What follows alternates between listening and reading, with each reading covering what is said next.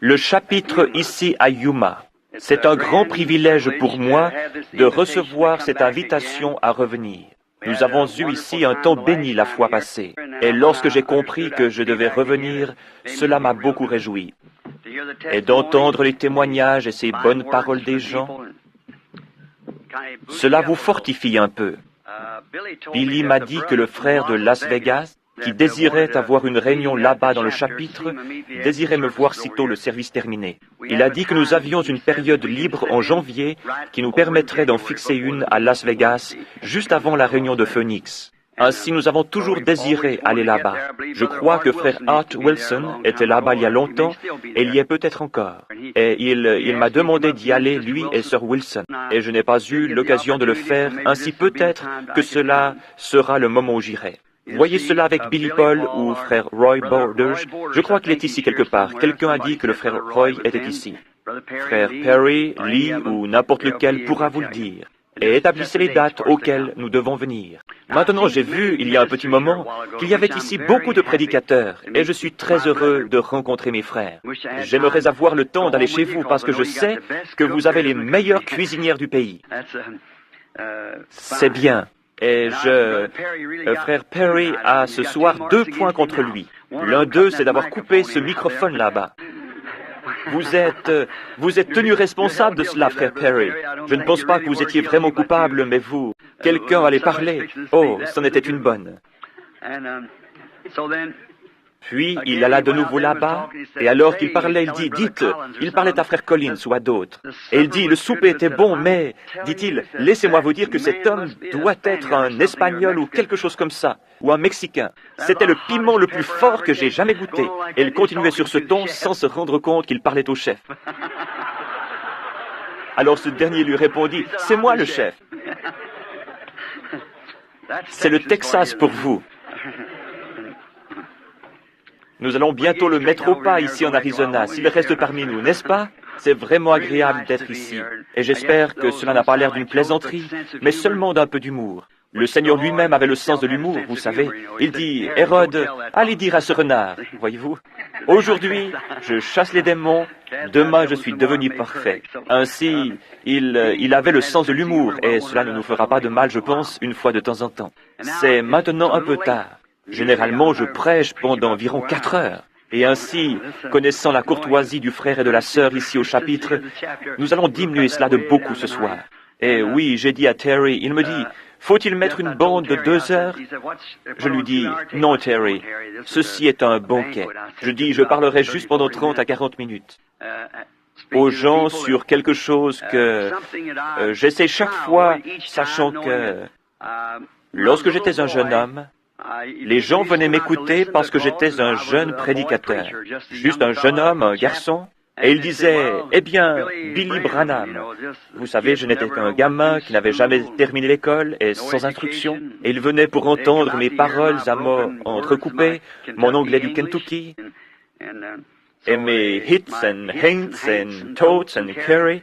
C'est comme lors d'une réunion ici il n'y a pas longtemps. Ils dirent, nous allons tous nous lever et chanter l'hymne national. Je me suis levé et j'ai dit, pour ma vieille demeure du Kentucky, tout là-bas. C'était la seule nation que je connaissais. Ainsi, c'était pour ce qui me concernait l'hymne national. Mais devenu plus âgé, vous devez avoir quelque chose de plus que cela. Voyez, Paul dit, lorsque j'étais un enfant, je parlais comme un enfant. Et je pensais comme un enfant, vous agissiez comme un enfant, mais comme vous devenez plus âgé, alors vous commencez à faire vos premiers pas d'une façon pas très assurée, et vous retombez, et vous vous relevez, et vous essayez de nouveau, et après un certain temps, vous pouvez arriver au point où vous pouvez marcher sur une ligne droite. Et c'est ce que nous devons faire comme soldats de la croix. Maintenant, c'est le moment de marcher sur une ligne droite, sur cette route qui va à la gloire. Je crois vraiment que nous vivons dans les derniers moments de l'histoire de ce monde. Je crois vraiment que la venue du Seigneur est peut-être plus proche que nous le pensons. Ainsi, maintenant, pendant environ 30 minutes de votre temps, j'aimerais attirer votre attention sur un passage de l'Écriture que j'aimerais utiliser comme texte, et je me référerai encore à d'autres. Alors que j'étais assis à la maison l'autre jour, je pensais à cela, et je me dis à moi-même, Je ne sais pas si je vais parler de toutes ces écritures. Ainsi, je vais seulement en prendre une partie pour ces petits services qui sont courts, comme nous en avons un ce soir. J'aimerais dire une chose pendant que vous cherchez dans les psaumes, le 27e psaume, et je lirai les 5 premiers versets. J'aimerais dire ceci au sujet de ces chapitres des hommes d'affaires du plein évangile. Mon frère Perry parlait concernant les livres et ainsi de suite, et les nouveaux livres qu'ils ont. Combien se souviennent, lorsque j'avais la bande, que j'avais prêché ici à Phoenix, dans l'une des conventions sur « Messieurs, quelle heure est-il » Maintenant, c'était le commencement de ce livre, vous voyez, quand ceci est arrivé. Il y a trop de confirmations surnaturelles de la parole de Dieu écrite relative à cette heure pour que quelque chose ne soit pas en train de s'approcher de nous maintenant. C'est trop réel. Vous voyez les choses que vous seriez stupéfait de savoir ce qui arrive réellement. Peut-être que beaucoup d'entre vous qui êtes étrangers entendez ces hommes se lever et faire des remarques au sujet d'un message de l'heure et ainsi de suite. La chose à laquelle ils veulent arriver, c'est la promesse de Dieu pour cette heure et ce qu'il a promis qu'il ferait. Et nous le voyons confirmé par les Écritures exactement ce qu'il a dit qu'il ferait et de la même manière. Annoncé d'avance, cela arrive exactement et parfaitement chaque fois parce que c'est Dieu qui le dit. Si un homme, peu importe qui il est, essayait de faire une telle prédiction, il n'y a qu'une chance sur 10 millions que cet homme puisse dire qu'une certaine chose va arriver à tel moment, une chance sur 10 millions. Et pour préciser l'endroit où cela arriverait, cela serait environ une chance sur 100 millions. Et ensuite, s'il devait fixer le temps pendant lequel cela arriverait, cela augmenterait encore. Et pour dire encore de quelle façon cela arriverait et ce qui arriverait, cela est au-delà de toute supposition. Lorsque nous voyons que cela est si parfait chaque fois, alors c'est Dieu. Ensuite, nous regardons dans les Écritures, et cela peut nous sembler inconnu, mais nous regardons dans les Écritures, sans même savoir où regarder, et le Saint-Esprit le met en évidence, et le compare à la parole entière pour en faire une image afin de nous montrer l'heure dans laquelle nous vivons.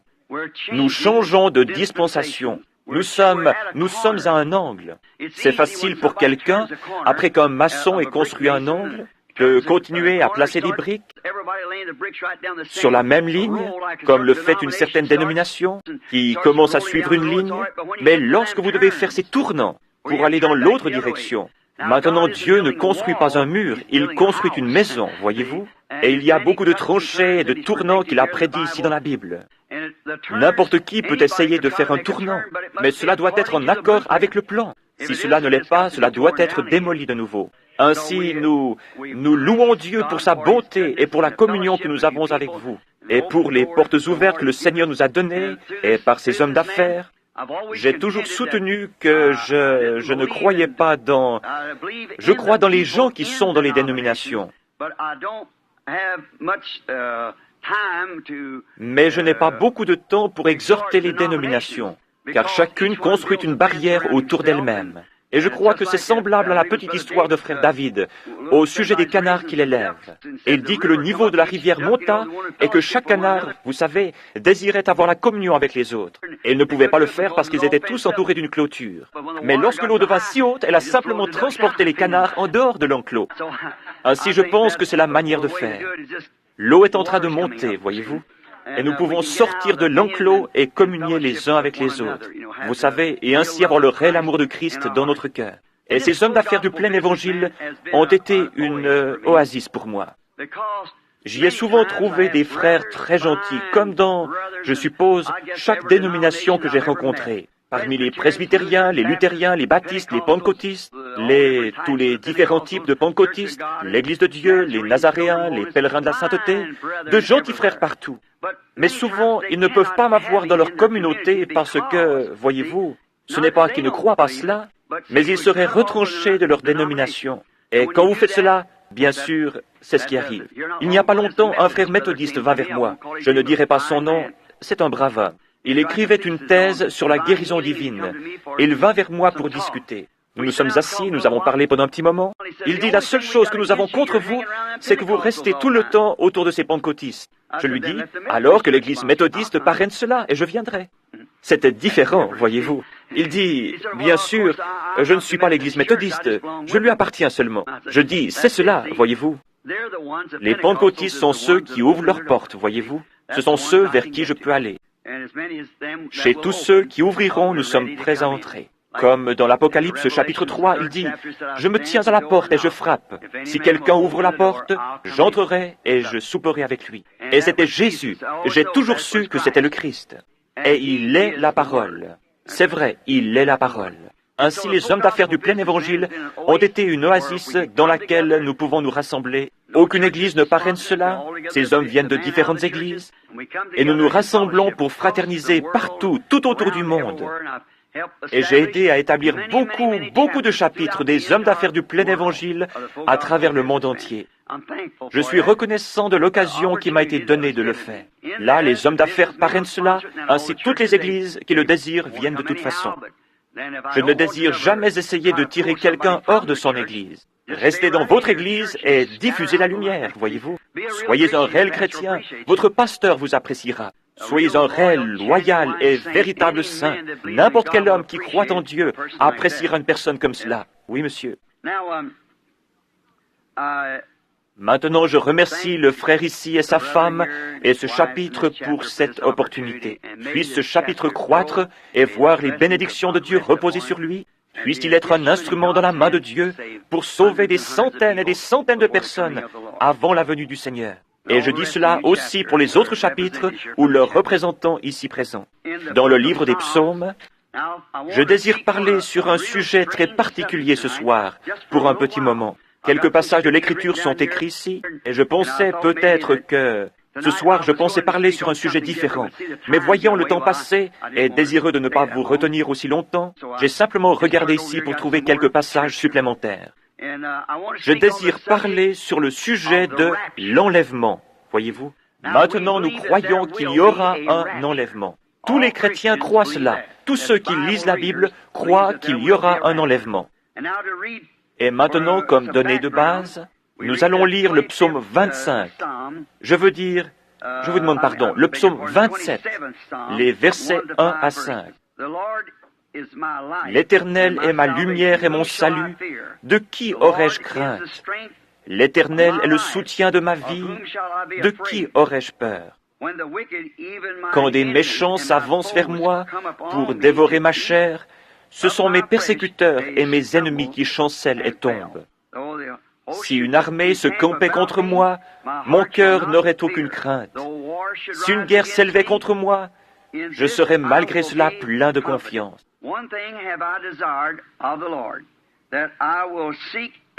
Je demande à l'Éternel une chose que je désire ardemment. Je voudrais habiter toute ma vie dans la maison de l'Éternel pour contempler la magnificence de l'Éternel et pour admirer son temple.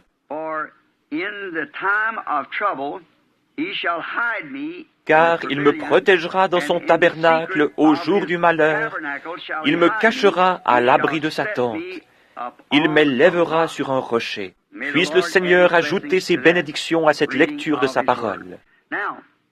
Aujourd'hui, il se peut qu'en parlant sur ce sujet, certains d'entre vous aient une autre opinion sur les voies que je prends. Mais combien de personnes y a-t-il ici qui croient que la Bible enseigne qu'il y aura un enlèvement de l'Église? Oui, monsieur, c'est vrai, un enlèvement de l'Église. Que vous soyez un méthodiste, baptiste, presbytérien, ou qui que vous soyez, pentecôtiste, il y aura un enlèvement.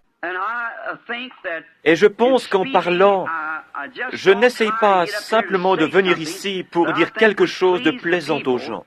Je n'ai jamais été coupable de cela.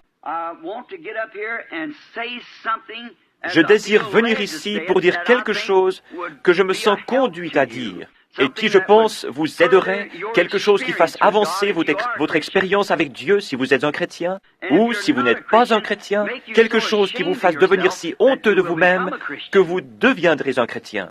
Et c'est ainsi, dans cette direction, que j'ai toujours essayé d'aligner mes pensées comme le Seigneur me guidait. Nous avons été avertis que dans les derniers jours, les gens se moqueraient de cette doctrine. Lisons cela une minute. C'est dans 2 Pierre chapitre 3. Prenons un moment pour lire ceci, le chapitre 3 et les versets 3 et 4. Voyons si cela n'est pas juste. Sachant avant tout que dans les derniers jours, il viendrait des moqueurs avec leurs railleries, marchant selon leur propre convoitise, et disant, où est la promesse de son avènement? Car depuis que les pères sont morts, tout demeure comme dès le commencement de la création. Ils veulent ignorer, en effet, que des cieux existèrent autrefois par la parole de Dieu, de même qu'une terre tirée de l'eau est formée au moyen de l'eau, et que, par ces choses, le monde d'alors périt, submergé par l'eau. Nous voyons que la raison pour laquelle ce sujet est à ce point sous-estimé, c'est que le prophète a dit ici que dans les derniers jours, ces moqueurs viendraient, disant ces choses. Voyez-vous, cela a été prédit. La raison pour laquelle les gens agissent aujourd'hui comme ils le font, vous êtes prévenus, car la Bible dit que dans les derniers jours, ils seraient emportés, enflés d'orgueil, aimant le plaisir plus que Dieu, déloyaux, calomniateurs, intempérants, ennemis des gens de bien, ayant l'apparence de la piété, mais reniant ceux qui en fait la force. Éloigne-toi de ces hommes-là. Peut-on s'attendre à une imitation de la vérité? Certainement. Lorsque Moïse alla en Égypte pour délivrer les enfants d'Israël, avec seulement un bâton dans sa main comme confirmation, et avec le Dieu du ciel derrière lui, il accomplit un miracle. Derrière lui, les imitateurs sont venus et ont fait la même chose. Voyez-vous? Ils sont venus en second, après qu'il l'ait fait premièrement. Alors ils sont venus parce qu'ils copiaient ce qui avait été fait. Ils imitaient l'original. Nous voyons cela. Et maintenant vous dites, mais cela c'était du temps de Moïse. Mais les mêmes Écritures disent qu'ils reviendront dans les derniers jours. De même que Jeannès et Jambres s'opposèrent à Moïse, de même ces hommes s'opposent à la vérité, étant corrompus d'entendement. Voyez-vous, des imitations, toutes sortes de choses pour troubler les gens. Et alors, si cet enlèvement qui va arriver, et il y a toujours quelque chose qui essaye de venir à l'encontre de ce que Dieu dit dans sa parole. C'est le but de Satan de faire cela. C'est comme ce que disait le frère de Las Vegas. Satan domine le monde et ses quartiers généraux sont là-bas. Je sais que Satan est le Dieu de ce monde. Chaque nation sous le ciel est contrôlée par lui. C'est exact. Ce monde appartient à Satan. Mais Jésus le reprendra. Un jour, Satan le lui a offert, mais il l'a refusé. Car il savait qu'il en deviendrait l'héritier dans les temps à venir. Des moqueurs. Restons un moment sur ce mot avant que nous allions plus loin. Des moqueurs. Je lisais il y a 2 semaines environ à Tucson un journal où il était dit qu'un Anglais venant d'Angleterre avait fait une déclaration. Cela se trouvait dans le titre du journal. Que la crucifixion de notre Seigneur Jésus-Christ était seulement un coup monté entre Pilate et Jésus, et qu'il était seulement venu pour se faire passer pour quelqu'un. Et il ne nous est pas possible de réfuter cela, car toutes les choses de Dieu doivent être reçues par la foi. Nous devons le croire. Et il continua en donnant une description sur la manière dont cela pouvait être fait.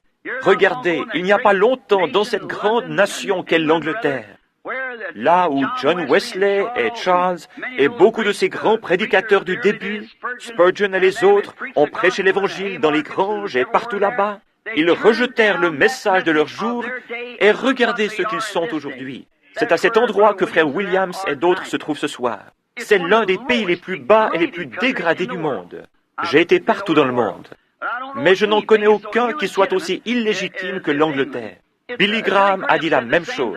Il dut sortir avec sa femme des parcs, car il y avait des actes entre hommes et femmes qui se passaient publiquement sous leurs yeux. Lorsque j'étais là-bas, je n'ai jamais rien vu qui puisse briser le cœur d'un homme plus que ce qui se passe en Angleterre. Un pays qui a eu l'occasion et qui, une fois, a conduit le monde dans une réforme. Cela montre simplement comment on peut tomber. Mais voyez-vous ce qui produit cela? C'est qu'en ce temps-là, le message fut proclamé et qu'aujourd'hui, les Anglais essaient de s'accrocher à ce même message. Cela ne marchera pas aujourd'hui. Cela ne marchera pas. Que serait-il arrivé si Moïse était venu et avait apporté le message de Noé? Nous allons construire une arche et nous mettre à flotter sur le Nil. Cela n'aurait pas marché. Et le message de Jésus n'aurait pas non plus marché pour Moïse. Et le message de Wesley ne marche pas non plus pour Luther ou le message de Luther pour Wesley. Et aujourd'hui, notre dernière grande réforme est la Pentecôte. Et aujourd'hui, nous nous éloignons de cela. Et le message pentecôtiste ne se mélange pas avec ceci parce que c'est maintenant un autre jour. Tout cela est la parole de Dieu, mais l'édifice se construit, en commençant par les pieds, puis les bras, et en montant pour former une épouse pour l'enlèvement. Voyez-vous, cela n'évince pas les gens qui sont avant, car ils vécurent en fonction de leur message. Tous ceux qui étaient dans l'épouse sortiront. C'est pareil à la vie qui traverse une tige de blé. Elle quitte le grain de blé qui tomba dans le sol, afin de former la plante elle-même. Il n'y a pas longtemps, j'ai lu le livre qu'un Allemand avait écrit dans le but de critiquer. Il dit de tous des fanatiques qu'il y a dans le monde, William Branham les dépasse tous. Il dit, il n'est rien d'autre il est un magicien. Il fait ces choses. Vous voyez, l'homme ne sait pas. Et cet homme était un critique. Il ne croyait même pas en Dieu.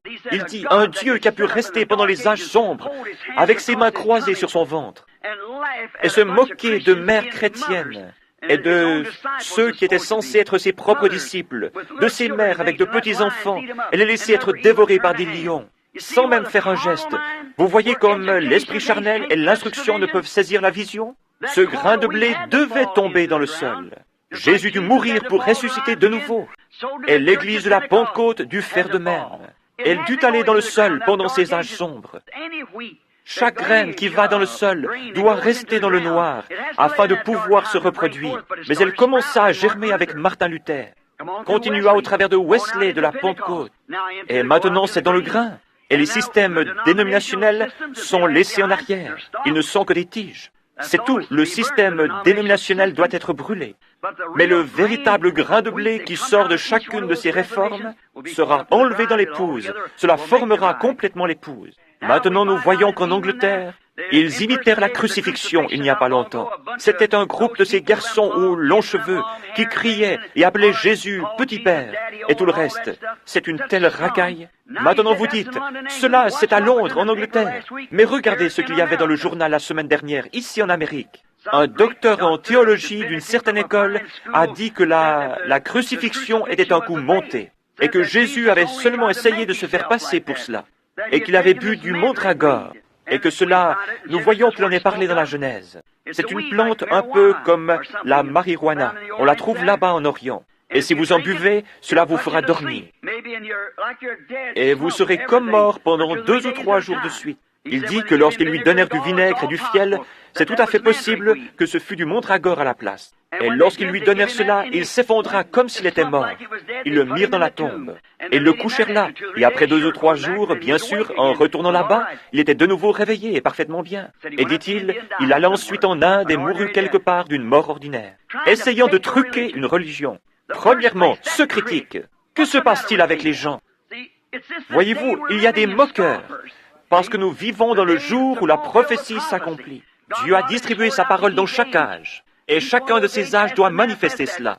Il a aussi ordonné d'avance des hommes pour accomplir cette parole dans les âges. Chaque fois qu'il a distribué sa parole, il a destiné un homme pour cela. Du temps de Moïse, il a destiné Moïse. Lorsqu'il décida du moment où le Fils de Dieu devait naître, il le destina à cela. Pour chaque âge, il a destiné ses hommes. Il les a ordonnés d'avance, comme le dit la Bible. Rien, si Dieu est infini, tout-puissant, omnipotent, omniprésent, omniscient, il savait toutes choses depuis le commencement. Il n'y a rien qui ne soit à sa place. C'est seulement nous qui le pensons. Tout marche. Si vous regardez dans sa parole, et si vous voyez ce qu'il fait, alors vous comprendrez. Maintenant, pensez à cela. Premièrement, si ce prédicateur avait réfléchi, il aurait vu que lorsqu'il mit ce vinaigre, ce fiel dans sa bouche, il le cracha. Premièrement, il ne le prit pas, voyez-vous. Ce ne sont que des moqueurs.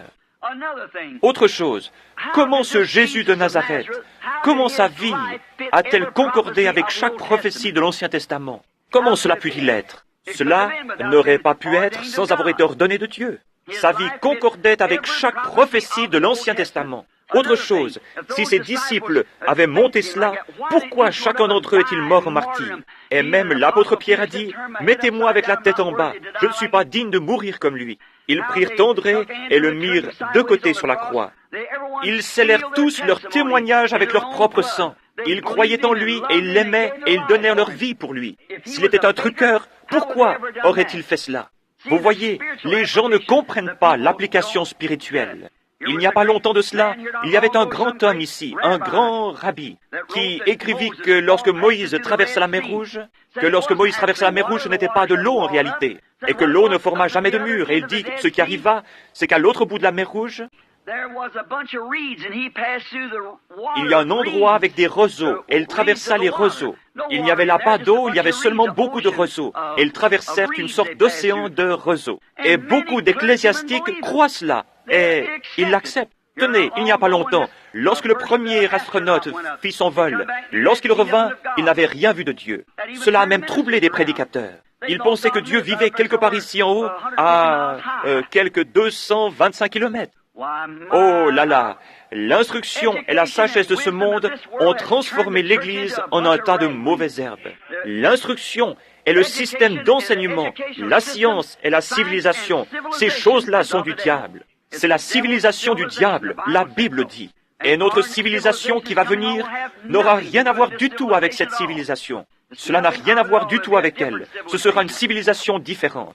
Dans cette civilisation et dans ce monde scientifique que nous avons, plus nous devenons scientifiques, plus nous avançons vers la mort, avec ces choses et ces pièges pour tuer et tout le reste. Dans cette nouvelle civilisation, il n'y aura pas la mort, pas la maladie, pas la tristesse et pas la souffrance. Voyez-vous, là, il n'y en aura pas. Ainsi, cette civilisation devra être détruite, parce qu'elle est du diable. Nous découvrons dans Genèse 4 que ce sont les gens du côté de Caïn qui commencèrent la civilisation, en construisant des villes et des cités, et ainsi de suite, et des instruments de musique, et qui se tournèrent vers la science. Et ainsi les gens s'éloignèrent encore plus de Dieu. Pourtant, ils étaient religieux.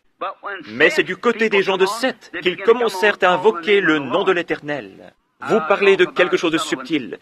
Je ne suis pas ici pour blesser les sentiments de quiconque ou pour dire quelque chose au sujet d'une église. Et si vous êtes ici et que vous apparteniez à cette église, je ne dis pas ceci afin de blesser vos sentiments, car il y a dans cette église autant de bonnes personnes que dans les autres églises. Mais je lisais à Shreveport, la semaine dernière, une déclaration que fit l'Église catholique. Et nous voyons de quelle manière ils se rassemblent tous maintenant dans ce grand conseil œcuménique, accomplissant exactement ce que la Bible a dit qu'ils feraient. Exactement. Ils disent, mais la Bible, certains protestants veulent s'accrocher à cette Bible. La Bible n'est rien d'autre qu'un livre sur l'histoire de l'Église. Et ils ne l'avaient sous forme de littérature, pas jusqu'à ce qu'il y a environ 250 ans. Cela a toujours été l'Église. C'était l'Église, pas la Bible. Et la Bible n'est que le compte-rendu de ce que fit l'Église. Quel mensonge subtil que cela! Car nous avons eu la Bible pendant 3000 ans. L'Ancien Testament a été écrit des centaines et des centaines d'années avant la venue de Christ. Ce n'est qu'un mensonge subtil du diable. Nous découvrons que dans ce jour où il y a ces moqueries et ces railleries au sujet de la Bible, et alors que l'on essaie de la mettre dehors, Dieu doit juger l'Église par quelque chose. Il ne peut pas être juste. Ils ne peuvent pas descendre cette rue et m'arrêter me disant que je fais 45 km à l'heure, dans une zone où il faut faire 30 km à l'heure, à moins qu'il n'y ait là quelque chose qui me dise que je ne suis pas autorisé. Aller plus vite que 30 km.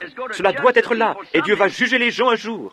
Nous savons cela, il y a un jugement qui va venir. S'il va les juger par l'Église catholique, par laquelle d'entre elles? S'il va les juger par l'Église méthodiste, les baptistes sont perdus. S'il les juge par les unitaires, les binitaires sont perdus. Par quoi va-t-il les juger? Il a dit qu'il les jugerait par Christ, et Christ est la parole. Ainsi, c'est par la parole de Dieu que Dieu les jugera. Au commencement était la parole, et la parole était avec Dieu, et la parole était Dieu. Et la parole fut faite chair et habita parmi nous, le même hier, aujourd'hui, éternellement. Voyez-vous, ainsi, il les jugera par sa parole. Nous voyons qu'en ce jour, ils essaient de pousser la Bible dehors et d'accepter l'Église. La Bible, ils ne la veulent pas, afin qu'ils puissent fabriquer toutes sortes de credos ou autres et marcher d'après eux. Alors que je parlais l'autre soir à Shreveport, au sujet de la communion, je leur ai montré que lorsqu'ils offraient cet agneau au sacrifice, il ne devait pas y avoir de levain parmi eux pendant la durée des 7 jours. Pas de levain, pas de pain avec du levain. Tout devait être sans levain. Cela représentait les 7 âges de l'Église dont nous parlons ici dans le livre. Il ne devait y avoir ni levain, ni rien d'autre qui soit mélangé à cela. Et nous avons mélangé des credos et des dénominations et tout le reste à la parole. Et nous essayons toujours de l'appeler la parole. Il n'y aura pas de levain pendant les 7 jours entiers. Et même ce que vous mangez aujourd'hui, n'essayez pas de le garder pour demain, mais brûlez-le avant le lever du jour, car il y a un nouveau message qui vient et une nouvelle chose. Voyez-vous, ils essayent de le conserver.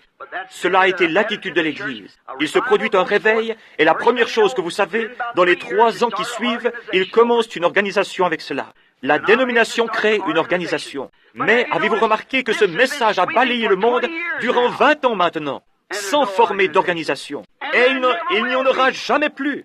C'est la fin. Le blé est revenu au blé. Le blé est revenu à son grain. La balle s'est retirée de lui. Et le blé doit demeurer dans la présence du soleil pour mûrir. N'est-il pas étrange qu'il y ait eu, il n'y a pas longtemps, sur la côte Est, ce grand obscurcissement? Ils ne pouvaient pas comprendre cela. Il y eut la même chose au Texas la semaine passée. Ils ne peuvent pas comprendre cela. Ne réalisez-vous pas que c'est un signe? Ne savez-vous pas que les nations se disloquent? Israël est dans sa patrie, et ces signes indiquent que nous sommes à la fin. Au même moment que cela s'obscurcit, ne savez-vous pas que c'est un signe et que le prophète a dit, mais vers le soir, la lumière paraîtra? Ainsi, il y aura une lumière qui paraîtra vers le soir, lorsque tout s'obscurcit et que les choses vont au train où elles vont maintenant. Regardez comme ça s'est obscurci. Le pape vient de venir ici. Vous souvenez-vous, au tabernacle, vous avez tous les bandes, je pense.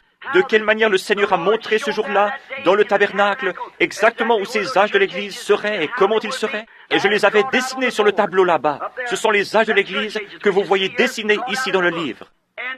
Le Saint-Esprit n'est-il pas descendu dans une grande colonne de feu et ne les a-t-il pas dessinés lui-même sur le mur alors que 300 à 400 personnes étaient assises là en train de le regarder? Et comme le pape commençait sa tournée par ici, la lune s'obscurcit et ils prirent des photographies et c'était pareil à ce qui avait été dessiné là-bas sur la plateforme. Il a fait son voyage ici le 13, a marché sur 13 marches, a servi la communion à 13, à une nation qui est le nombre 13, et cela s'est obscurci partout. Ne voyez-vous pas où nous en sommes? Nous sommes à la fin des temps. Des moqueurs se lèveront dans les derniers jours disant « Il n'y a aucune différence entre maintenant et le temps où nos pères s'endormirent. Mais lorsque vous voyez ces choses qui commencent à arriver, levez la tête, préparez-vous. Quelque chose pourrait arriver d'un instant à l'autre. Christ revient pour son Église. Ils ne croient pas cela. Ils ne réalisent pas que ce sont eux qui accomplissent les Écritures. Les gens ne réalisent vraiment pas qu'en faisant ces choses et qu'en disant ces choses, ils accomplissent les Écritures. Combien peu Caïphe, le grand sacrificateur, et tous ces prêtres de ce temps-là qui se moquaient de lui, combien peu se rendaient compte que le Dieu lui-même au sujet duquel il chantait dans le temple, « Mon Dieu, pourquoi m'as-tu abandonné » le psaume 22. Ils ont percé mes mains et mes pieds, que c'était lui qui mourait là-bas sur la croix. Combien peu se rendaient-ils compte qu'il faisait cela? Même Jésus pria en disant, « Père, pardonne-leur, car ils ne savent ce qu'ils font. » Car les Écritures avaient prédit qu'il serait aveugle. Saviez-vous qu'il a aussi été prédit dans les Écritures que l'Église protestante et l'Église catholique seraient aveugles dans les derniers jours? Et que Christ serait à l'extérieur, essayant d'entrer? Parce que tu dis, je suis riche et je n'ai besoin de rien. Et parce que tu ne sais pas que tu es misérable, pauvre, malheureux, nu et aveugle. Apocalypse 3. Vous y êtes, ils sont de nouveau aveugles, foulant aux pieds les choses de Dieu, comme s'ils ne voulaient rien dire pour eux, et se moquant de cela. Et se moquant de cela, c'est ce que la Bible a dit. Mais pour l'Église, l'épouse, l'enlèvement est une révélation. Cela lui est révélé. La véritable épouse de Christ attendra cette révélation de l'enlèvement. C'est une révélation, car la révélation est la foi. Vous ne pouvez pas avoir une révélation sans que cela soit la foi. La foi est une révélation parce que c'est quelque chose qui vous est révélé.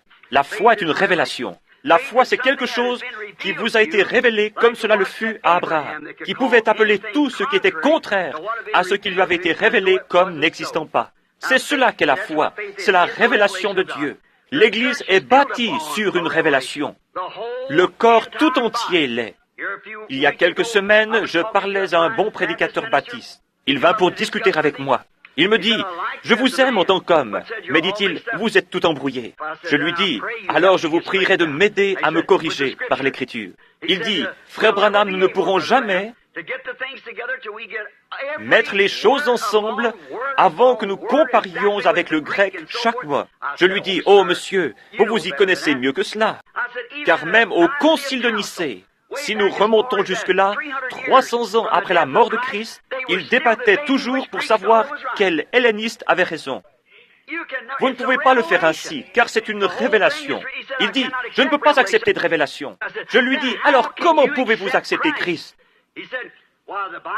Il dit, « La Bible dit, celui qui croit en Jésus-Christ a la vie éternelle. » Je lui dis, « C'est vrai. » Il est aussi dit que personne ne peut appeler Jésus le Christ si ce n'est par la révélation du Saint-Esprit qui le lui a révélé. Voyez-vous, vous y voilà, nous en arrivons de nouveau à la révélation. Cela doit être révélé. Dans la Bible, Caïn et Abel n'avaient pas de Bible à lire. Mais cela fut révélé à Abel par la foi, ce qui est une révélation. Abel offrit à Dieu un sacrifice plus excellent que celui de Caïn, et Dieu témoigna qu'il était juste. Lorsque Jésus demanda ici dans Matthieu 16, 17 et 18, nous n'avons pas le temps de le lire, mais si vous voulez l'inscrire, il dit, « Qui dit-on que je suis, moi, le Fils de l'homme ?» L'un d'eux répondit, « Tu es Moïse, Élie ou un autre. » Il dit, « Mais vous, qui dites-vous que je suis ?» Il dit, « Tu es le Christ, le Fils du Dieu vivant. » Il dit, « Tu es heureux, Simon, fils de Jonas, car ce ne sont pas la chair et le sang qui t'ont révélé cela, mais c'est mon Père qui est dans les cieux. » Sur cette pierre, la révélation spirituelle montrant qui est Dieu, qui est Jésus, et qu'il est la révélation de Dieu. Dieu fait chair et révélé au monde. Il était dans le monde, Dieu était en Christ, réconciliant le monde avec lui-même, et révélant ce que Dieu était dans un corps de chair. Tu es le Christ, le Oint, le Fils de Dieu. Il dit, ce ne sont pas la chair et le sang qui t'ont révélé cela, mais c'est mon Père qui est dans les cieux. Sur cette pierre, je bâtirai mon Église. La révélation de la parole en sa saison. Je bâtirai mon Église et les portes du séjour des morts ne prévaudront point contre elle. Le livre de l'Apocalypse ou Révélation est le dernier livre de la Bible. Il est scellé pour les incroyants. Dans celui-ci, au chapitre 22, la Bible dit, « Quiconque retranchera un mot de ce livre ou en ajoutera un, j'enlèverai sa part du livre de vie. » Nous réalisons alors que cela fut donné exclusivement pour les croyants. Cela ouvre le livre de l'Apocalypse et révèle qui est l'auteur de tout ce livre. Et cela montre qu'il doit être considéré comme l'alpha et l'oméga, de la Genèse à l'Apocalypse. Jésus-Christ le même du commencement à la fin. Et cela révèle le mystère complet de sa personne et ses plans relatifs aux âges de l'Église qui viendraient. Tout cela était scellé par 7 sceaux. Le livre était écrit, mais souvenez-vous qu'il était scellé avec 7 sceaux. Et ces 7 sceaux ne devaient pas être ouverts, selon Apocalypse 10, avant que le dernier ange terrestre ne sonne de la trompette, Apocalypse 10, 7, voyez-vous, mais qu'au jour de la proclamation du message du dernier ange, c'est-à-dire le 7e ange, le mystère de Dieu s'accomplirait dans cet âge. Et c'est l'âge dans lequel nous vivons. Nous savons tous que nous vivons dans l'âge de Laodicée. Il n'y aura jamais un autre âge, cela ne peut pas être. Ainsi nous vivons dans l'âge de Laodicée. Et ces 7 sceaux qui ont fermé le livre et qui sont un mystère pour les gens doivent être ouverts en ce jour-là. C'est ce qu'il a promis. Cela ne sera rien qui soit en dehors de la parole, parce que vous ne pouvez ni ajouter à la parole, ni retrancher la parole. Cela doit rester toujours la parole. Mais la révélation sert à en révéler la vérité, ce que c'est pour le faire concorder avec le reste de l'Écriture. Alors Dieu confirme que c'est la vérité. Voyez-vous, Dieu n'a pas besoin d'interprète. Il est son propre interprète. Il donne sa propre interprétation en faisant s'accomplir les choses qu'il a annoncées. Comme au commencement, il a dit « Que la lumière soit !» Et la lumière fut. Cela n'a pas besoin d'interprétation, c'est confirmé. Maintenant, il a promis certaines choses dans l'Écriture pour ces derniers jours. C'était là, c'est ainsi que Jésus était le Fils de Dieu. Il promit de l'envoyer. Quand il était ici sur la terre et que les gens ne pouvaient pas le croire, il leur disait « Sondez les Écritures, car en elles vous pensez avoir la vie éternelle, et ce sont elles qui témoignent de moi. Si je ne fais pas les œuvres de mon Père, alors ne me croyez pas. Mais si vous ne pouvez pas me croire, croyez les œuvres que je fais, parce qu'elles témoignent de moi. » Ainsi, dans l'âge de Wesley, les œuvres qu'il fit témoignèrent qui il était. Dans l'âge de Luther, avec la Réforme, assurément cela témoigna qui il était. Au temps des pentecôtistes, avec le retour aux dons, la restauration des dons, le parler en langue et les démons qui étaient chassés et les dons, cela rend du témoignage. Il n'y avait pas de plaisanterie à ce sujet. Les gens ont dit lorsque cela commença, j'ai lu des livres sur l'histoire de la Pentecôte. Ils dirent, cela ne peut pas durer longtemps, cela va se consumer, et cela brûle toujours. Pourquoi? Parce que vous ne pourrez jamais l'éteindre. Dieu a dit qu'il y aurait cela. C'est une portion de la parole. Et vous ne pourrez pas plus l'éteindre que... Et lorsque l'épouse est appelée, comment allez-vous l'éteindre? C'est la révélation de la manifestation de la parole rendue vraie. Et nous vivons dans ce jour-là. Dieu soit loué. La révélation du mystère de sa personne. L'enlèvement est seulement, cet enlèvement dont nous parlons est seulement pour l'épouse. Souvenez-vous que la Bible dit, les autres morts ne revinrent point à la vie jusqu'à ce que les 1000 ans fussent accomplis. Ce grand enlèvement. S'il n'y a pas d'enlèvement, mes amis, où sommes-nous? Qu'allons-nous faire? Dans quel âge vivons-nous? Quelles promesses avons-nous? Il va y avoir un enlèvement. La Bible dit qu'il y en aura un, et il est seulement pour les élus, seulement pour la dame élue, l'épouse qui est sortie en ce jour, l'Église. Le mot Église signifie appeler hors d'eux. Et comme Moïse appela une nation hors d'une nation, le Saint-Esprit appelle une épouse hors d'une église hors d'une église. Ce sont des membres venant de toutes les dénominations qui forment l'épouse. L'arbre épouse, comme il en est parlé dans la bande, l'arbre épouse. Une épouse appelée, sortant. L'épouse, et elle seule, sera dans l'enlèvement. Rien d'autre que l'épouse. Rien d'autre que l'épouse. Les élus connus d'avance par Dieu, depuis le commencement, les gènes spirituels du Père. Laissez-moi m'arrêter ici une minute. Je deviens nerveux à penser que je vais vous garder trop longtemps. Mais remarquez, regardez, chacun d'entre vous, savez-vous que plusieurs années avant que vous naissiez, vous étiez dans votre Père en tant que gène? En tant que gène? C'est vrai, le germe d'une semence était dans votre Père, et il vient du sexe mâle, pas du sexe femelle, voyez-vous? La femelle fournit l'œuf, le champ d'ensemencement, mais le germe vient du... Par exemple, mon père ou mon fils qui est ici, lorsque j'avais 16 ans, mon fils était en moi. Je ne le connaissais pas, mais il était là. Maintenant, au travers d'un champ d'ensemencement, au travers du mariage, il est devenu à mon image. Je le connais, je peux communiquer avec lui. Et il est venu lorsque c'était le bon moment. Pareillement, si vous avez la vie éternelle, vous étiez en Dieu avant même qu'il y ait un monde. Vous êtes une partie, un fils de Dieu, un attribut de Dieu. Il savait l'âge dans lequel vous viendriez. Il vous a prédestiné à prendre cette place-là dans cet âge, et personne d'autre ne peut la prendre. Peu importe combien il y a d'imitations, vous devez être là, parce qu'il savait que vous y seriez. Maintenant, vous êtes rendu manifeste. Maintenant, vous pouvez fraterniser avec lui, et c'est ce qu'il désire. Il désire ardemment cette communion, être adoré. Mais si votre vie n'était pas depuis toujours un attribut en Dieu, vous n'êtes qu'un imitateur du christianisme. Voyez-vous, il y en aura des milliards et des milliards qui ne seront que des imitateurs du christianisme. Il y a une remarque que j'ai faite récemment. J'ai observé frère Demos Shakarian là-bas, alors qu'ils étaient en train d'hybrider le bétail. Et j'ai observé les tubes d'essai et ainsi de suite, comme ils étaient pris par les vétérinaires. Dans l'éjaculation du mâle, il y a environ 1 million de germes qui sortent de lui chaque fois. Et environ 1 million d'œufs viennent de la femelle au même moment. Mais saviez-vous que parmi tous ces petits germes qui se déplacent, 1 million d'entre eux, il n'y en a qu'un qui est ordonné à vivre? Il y a seulement un œuf qui est fertile, et ce petit germe va se faufiler parmi tous les autres petits germes, il va passer par-dessus d'autres petits germes qui lui ressemblent parfaitement, et passera au-dessus de celui-ci et au-dessus de celui-là, pour trouver cet œuf fertile, et il pénétrera à l'intérieur de celui-ci. Et ensuite, tous les autres meurent. On parle de la naissance virginale, mais elle est à moitié moins mystérieuse que la naissance physique. Voyez plutôt comme c'est ordonné d'avance et prédestiné par Dieu. Maintenant, au commencement, très loin en arrière, beaucoup d'années avant que commence le temps, Si vous êtes un chrétien né de nouveau ce soir, vous étiez alors en Dieu votre Père. Et c'est pourquoi, lorsque vous venez dans cette vie, ici, et professez le christianisme, et que tout va de travers, alors vous vous demandez pourquoi ceci et pourquoi tout cela. Vous vous êtes posé des questions à ce sujet. Mais un jour, quelque chose vous a frappé.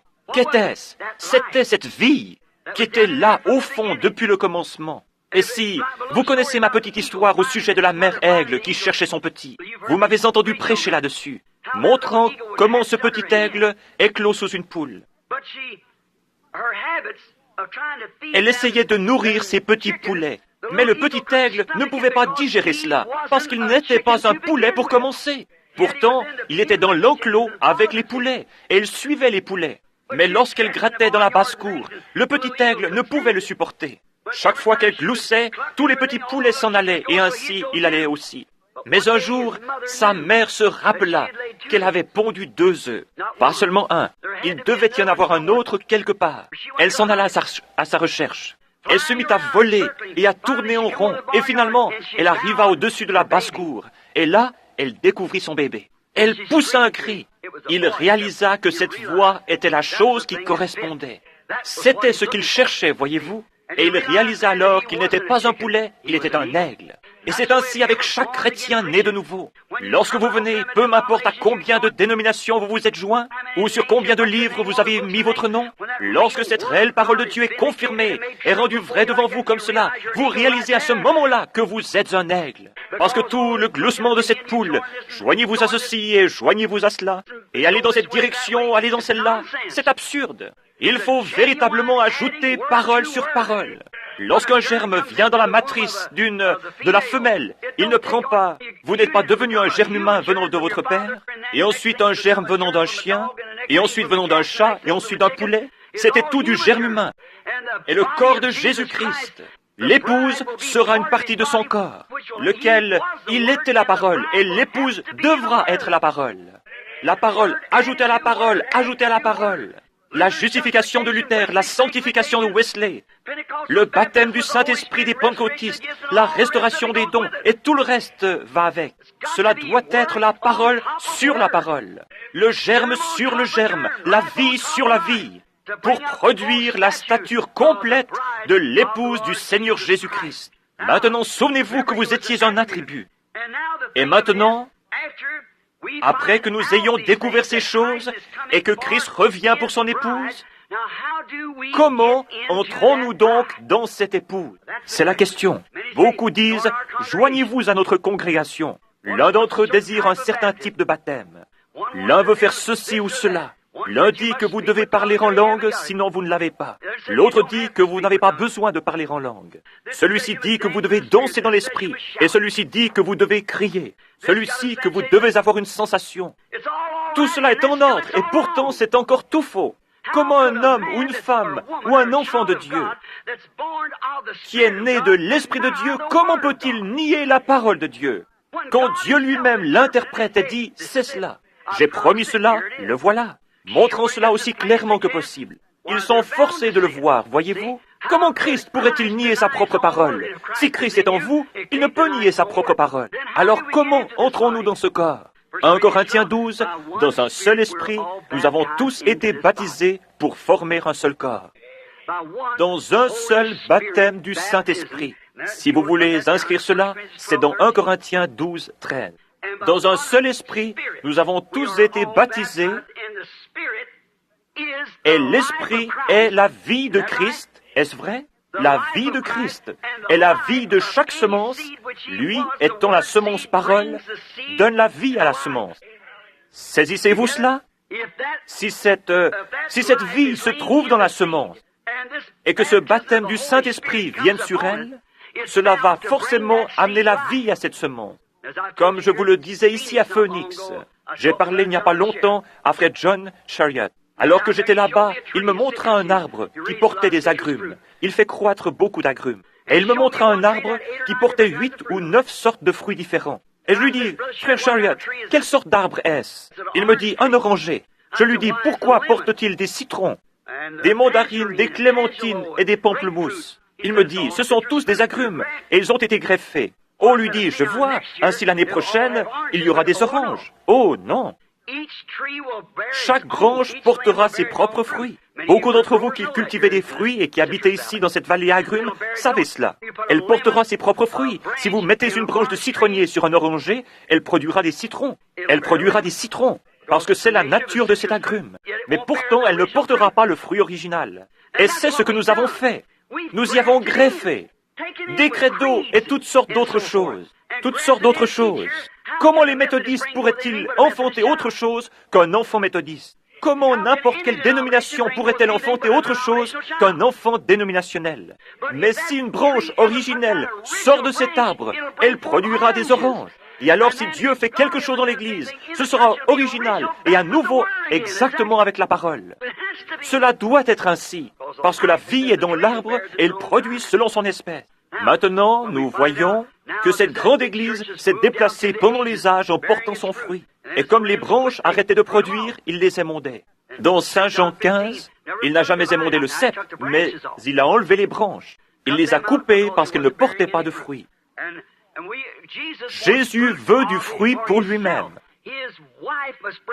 Sa femme doit enfanter des enfants semblables à lui. Alors, si elle n'enfante pas d'enfants, des enfants épouses, des enfants paroles, alors c'est un enfant dénominationnel. Elle est donc retournée à son premier amour pour le monde et les dénominations. Elles ne peuvent pas enfanter un réel et véritable chrétien né de nouveau, parce qu'il n'y a là rien pour le faire. De même, si vous prenez une branche de citronnier et que vous la greffiez, elle portera des citrons. Mais elle ne peut pas produire d'oranges, parce que cela n'y était pas au commencement.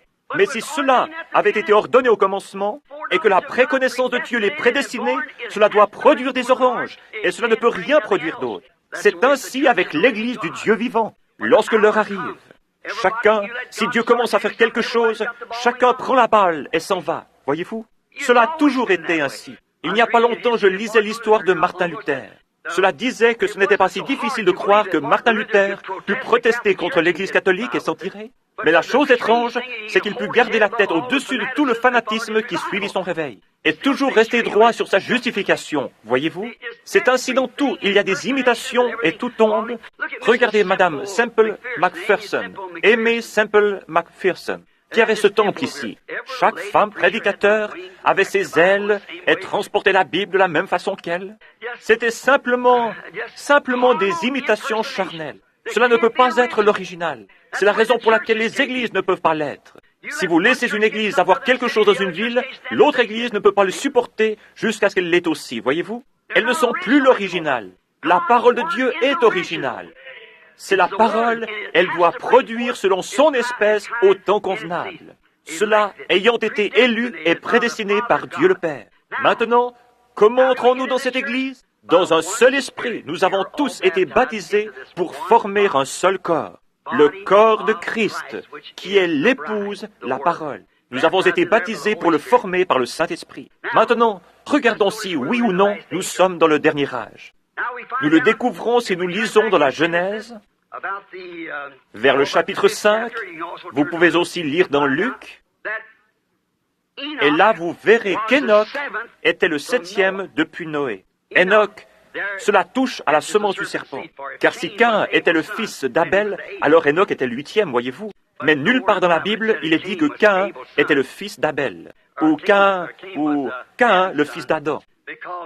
Mais la Bible dit qu'il était du malin, et Adam n'était pas le malin. Voyez-vous, Caïn était du malin. Nous voyons ici qu'Enoch était le 7e depuis Noé, ce qui est un type des âges de l'Église. Les 6 autres hommes qui étaient avant lui moururent. Mais Enoch fut enlevé. Enoch fut enlevé. C'est le 7e âge de l'Église qui est pris dans l'enlèvement.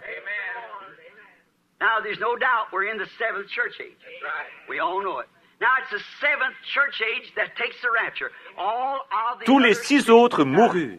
Mais Enoch fut enlevé, car il ne fut plus trouvé, Dieu l'avait pris. Tous les autres moururent. Mais l'enlèvement d'Enoch fut un type de l'épouse des derniers jours qui sera appelée hors du 7e âge de l'Église et sera enlevé sans passer par la mort. Nous rendons maintenant témoignage de cet âge. Oh là là, creusons maintenant plus profondément, voyez-vous.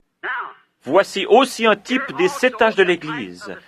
Il est dit dans Apocalypse, chapitre 10, verset 7, que le grand mystère du livre devait être dévoilé par le message du 7e ange. Or, il y a un messager en haut, toujours, et un messager sur la terre. Le mot ange, en anglais, veut dire un messager. Et lorsque le 7e ange commence à proclamer son message, mais pas lorsqu'il commença son ministère. Jésus, quand il commença son ministère, commença par guérir les malades et les affligés. Et oh, ce grand rabbi, il est un prophète, et tout le monde le voulait dans son église. Mais lorsqu'un jour il s'assied et dit, « Moi et mon Père, nous sommes un », c'était différent. C'était différent. Et à moins que vous ne mangiez la chair du Fils de l'homme et ne buviez son sang, vous n'avez pas de vie en vous. Mais c'est un vampire, voyez-vous. C'était différent. Il ne l'a pas expliqué. Ils avaient déjà vu la manifestation, la confirmation de la parole de Dieu pour son âge rendu réel. Et cela leur prouva qu'il était le messager de cet âge. Et ils n'avaient rien besoin d'expliquer. Ses disciples n'étaient peut-être pas capables de l'expliquer, mais ils le croyaient, qu'ils puissent l'expliquer ou non. Ils restèrent tranquilles et crurent cela. Comment pouvaient-ils dire s'ils allaient manger sa chair et boire son sang? C'était impossible pour eux de le faire. Mais ils le croyaient, parce qu'ils étaient ordonnés. Jésus a dit qu'il les avait choisis avant la fondation du monde, voyez-vous? Ils croyaient cela, qu'ils puissent l'expliquer ou non, ils le croyaient toujours. Maintenant, observez bien. Dans le 7e âge de l'Église, lorsque le 7e ange commence à se faire entendre, les mystères de Dieu doivent être dévoilés à ce moment-là. Les sceaux que les réformateurs, ce fut une question de temps. Luther ne vécut pas assez longtemps, Wesley non plus, et les âges ne durèrent pas assez longtemps. Ces réformateurs avaient leur message pour ce jour-là, et les gens s'en emparèrent et en firent une dénomination. Qu'est-ce que cela? Vous ne pouvez jamais battre la nature. La nature témoigne toujours. Dieu agit en continuité avec la nature. Cela doit être ainsi. Par exemple, le soleil. Lorsqu'il se lève le matin, c'est un petit bébé qui vient de naître. Il est faible. Il n'apporte pas beaucoup de chaleur. À 10 heures, il sort du collège. Au milieu du jour, il entre dans la vie. À 3 heures de l'après-midi, il devient vieux. À 5 heures, il meurt. Il est vieux et faible de nouveau, et il retourne dans la tombe. Est-ce la fin? Il ressuscite de nouveau le matin suivant, voyez-vous? Regardez les arbres, comme ils poussent leurs feuilles, tout ce qu'ils font. Nous voyons que les feuilles tombent de l'arbre et retournent à la terre. La vie redescend dans les racines de l'arbre. Est-ce la fin? Le printemps suivant, il y a une nouvelle vie qui revient. Maintenant, observez les églises, et vous verrez qu'il s'est passé la même chose dans la Réforme. C'est monté, ce grain de blé tomba dans le sol et mourut pendant la persécution des âges sombres. Il alla dans le sol, il devait mourir. N'importe quel homme qui est spirituel peut voir cela. À moins que cette semence ne meure et pourrisse, elle demeure seule. Elle devait aller dans le sol pendant ces âges sombres. Elle demeura là, pourrie, et de là sortir 2 petits brins d'herbe formant l'Église luthérienne. De l'Église luthérienne sortiront encore davantage de brins d'herbe, comme Zwingli et les autres. Cela continua à monter jusqu'à l'aigrette, ce qui représentait John Wesley, et le grand âge missionnaire. Cela retomba. De là sortit cet âge trompeur, l'âge pentecôtiste. Ce grain de blé. Y a-t-il ici quelqu'un qui ait déjà cultivé du blé? Regardez ce blé lorsque vous allez pour l'examiner. Lorsque vous allez pour l'examiner, vous dites « J'ai du blé ». Il vous semble que vous avez là du blé. Ouvrez-le et regardez très attentivement. Vous verrez que vous n'avez pas de blé du tout. Vous avez la balle. Jésus ne nous a-t-il pas avertis dans Matthieu 24, 22, 24, que dans les derniers jours, les 2 esprits seraient si proches que cela séduirait même les élus, le blé lui-même, si c'était possible? Voyez-vous, c'est un porteur.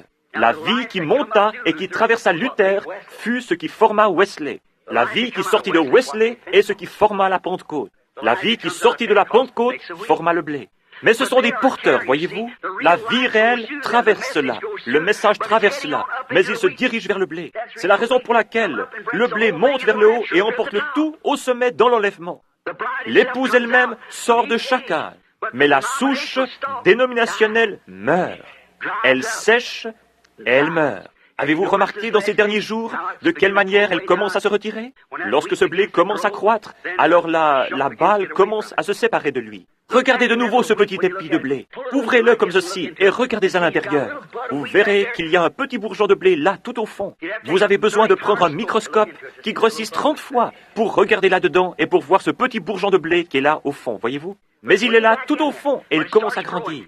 Maintenant, cette balle doit être là pour le protéger et pour lui donner une chance de sortir. Mais alors, lorsqu'il commence à croître et que le message commence à se répandre, alors la balle se retire de lui. Et la vie sort de cette balle et va directement dans le blé. Cela continue ainsi, c'est ainsi dans chaque âge. Cela ne peut pas battre la nature. C'est là la continuité de Dieu, la manière dont il fait les choses. C'est l'âge dans lequel nous vivons en ce moment, le 7e âge de l'Église. Tout doit être manifesté dans le grain de blé à la fin.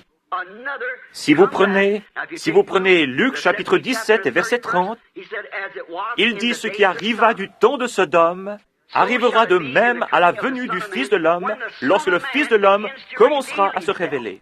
Qu'est-ce que révéler? C'est apporter la révélation de ce qu'il est dans ce jour-là et ainsi révéler aux gens la parole qui est pour ce jour. Celle-ci étant révélée aux gens par la manifestation du Saint-Esprit montrant Jésus vivant au milieu de nous.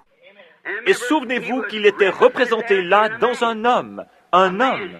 Il dit, ce qui arriva, maintenant il lut dans la même Bible que nous, dans la Genèse. Nous remarquons dans ce chapitre de la Genèse dont Jésus parlait, nous voyons qu'il était là, avec son dos tourné à la tente, et que Sarah était dans la tente. Il dit, il posa une question. Elle ne crut pas que cette chose puisse arriver. Il dit, Abraham, je vais te visiter à cette même époque.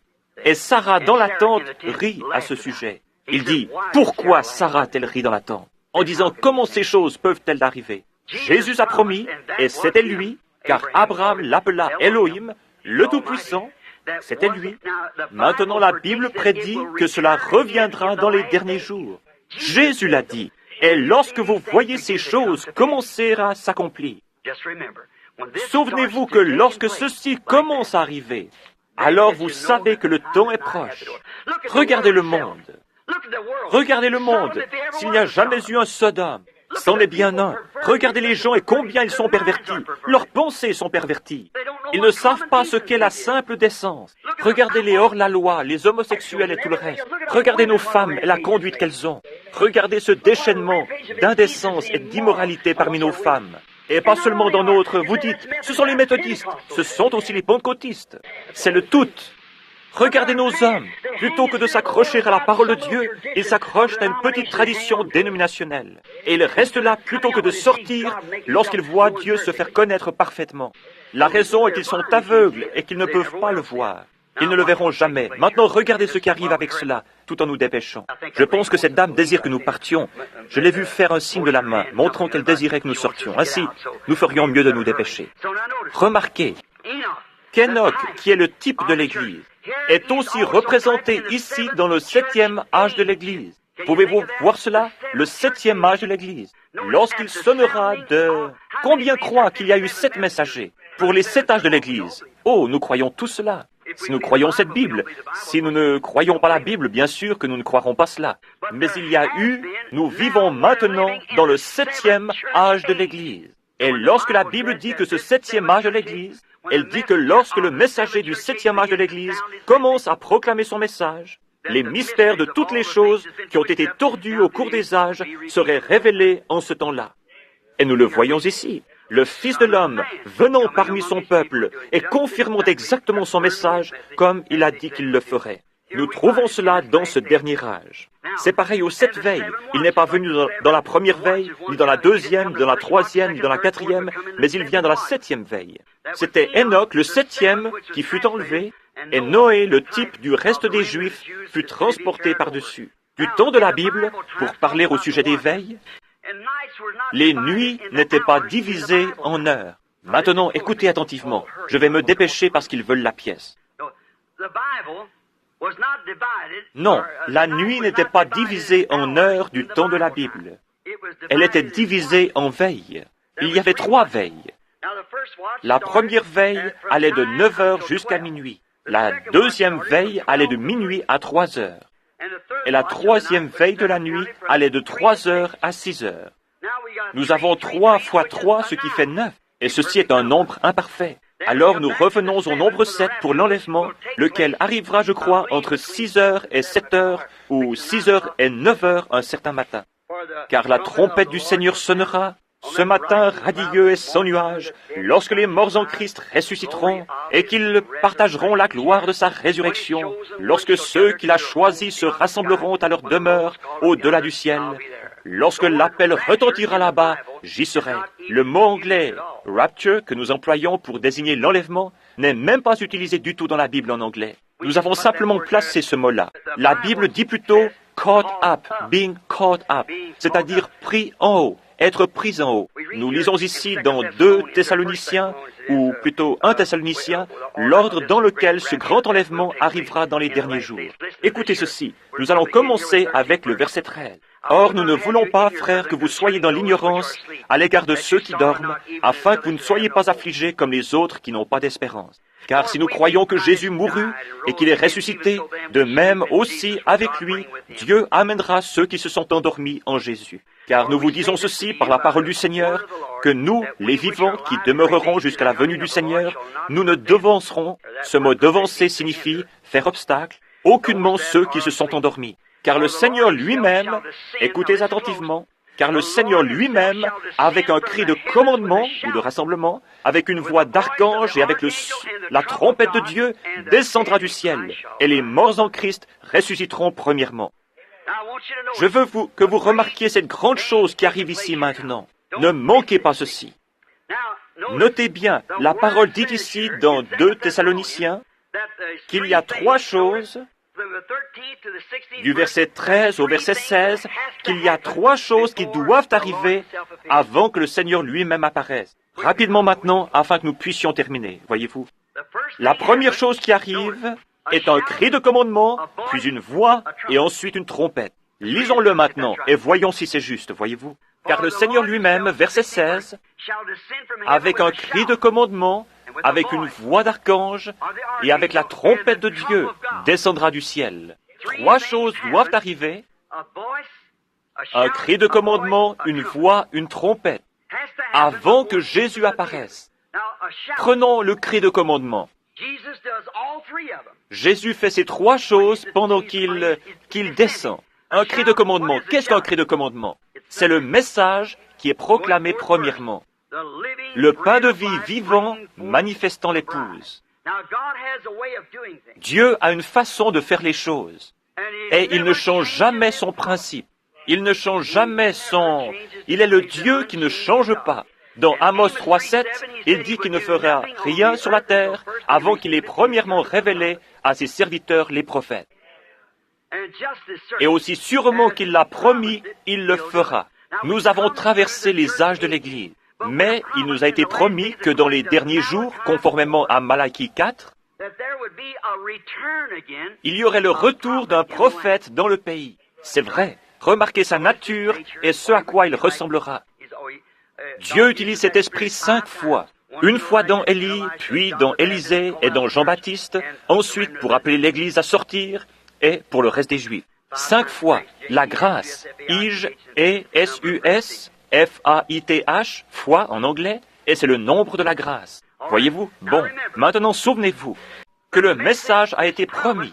Comme tous ces mystères ont été à tel point embrouillés par un tas d'ecclésiastiques, il faudra que cela soit un prophète venant directement de Dieu pour révéler cela. Et c'est exactement ce qu'il a promis de faire, voyez-vous? Maintenant, souvenez-vous que la parole du Seigneur vient au prophète, pas au théologien, au prophète. Il est un réflecteur de la parole de Dieu. Il ne peut rien dire, il ne peut pas dire ses propres pensées, il peut seulement dire ce que Dieu révèle.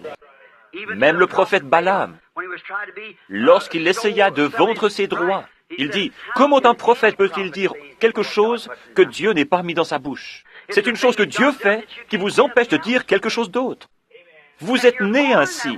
Vous ne pourriez pas plus le faire que, comme si vous disiez, je ne peux pas ouvrir mes yeux, alors que vous êtes en train de regarder. Voyez-vous, vous le pouvez. Vous ne pouvez pas ne pas étendre votre main, alors que vous le pouvez. Voyez-vous, vous ne pouvez pas être un chien, alors que vous êtes un humain. Voyez-vous, vous êtes simplement fait ainsi.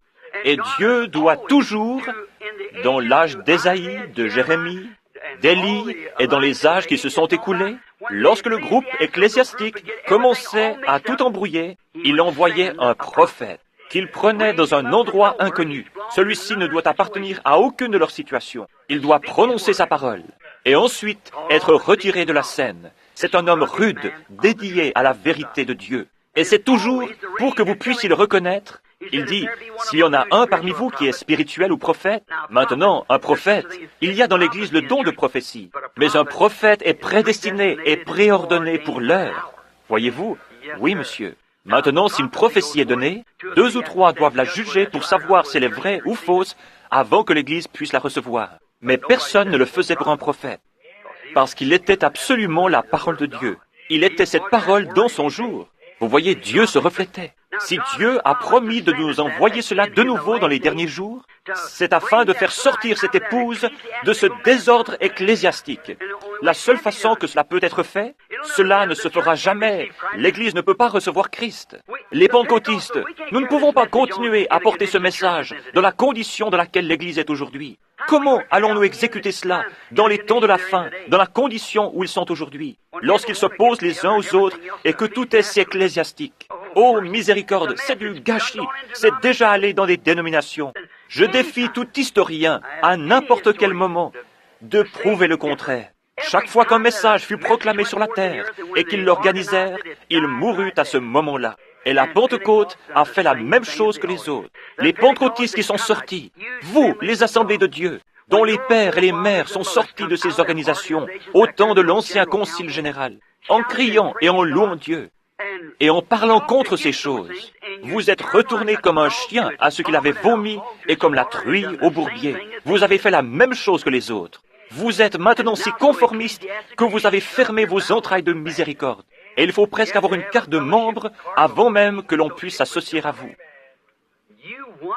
Et vous, les unitaires, Dieu vous a donné un message, et plutôt que d'aller de l'avant en restant humble, vous avez voulu vous détacher et organiser votre groupe. Et où êtes-vous tous? Dans le même seau. C'est exact, mais l'Esprit de Dieu continue à avancer. Moi, le Seigneur, je planterai et je l'arroserai jour et nuit, de peur qu'on ne... Il a ordonné que ces choses soient. Et maintenant, il doit envoyer ceci. La première chose qui arrive, lorsqu'il commence à descendre du ciel, est un cri de commandement. Qu'est-ce donc? C'est un message pour rassembler les gens. Un message est proclamé premièrement. C'est le temps de la préparation des lampes. Levez-vous et préparez vos lampes. Quelle veille était-ce? La 7e, pas la 6e, la 7e. Voici, l'époux vient. Levez-vous et préparez vos lampes. Elles le firent. Certaines d'entre elles découvrirent qu'elles n'avaient même pas d'huile dans leurs lampes. Voyez-vous?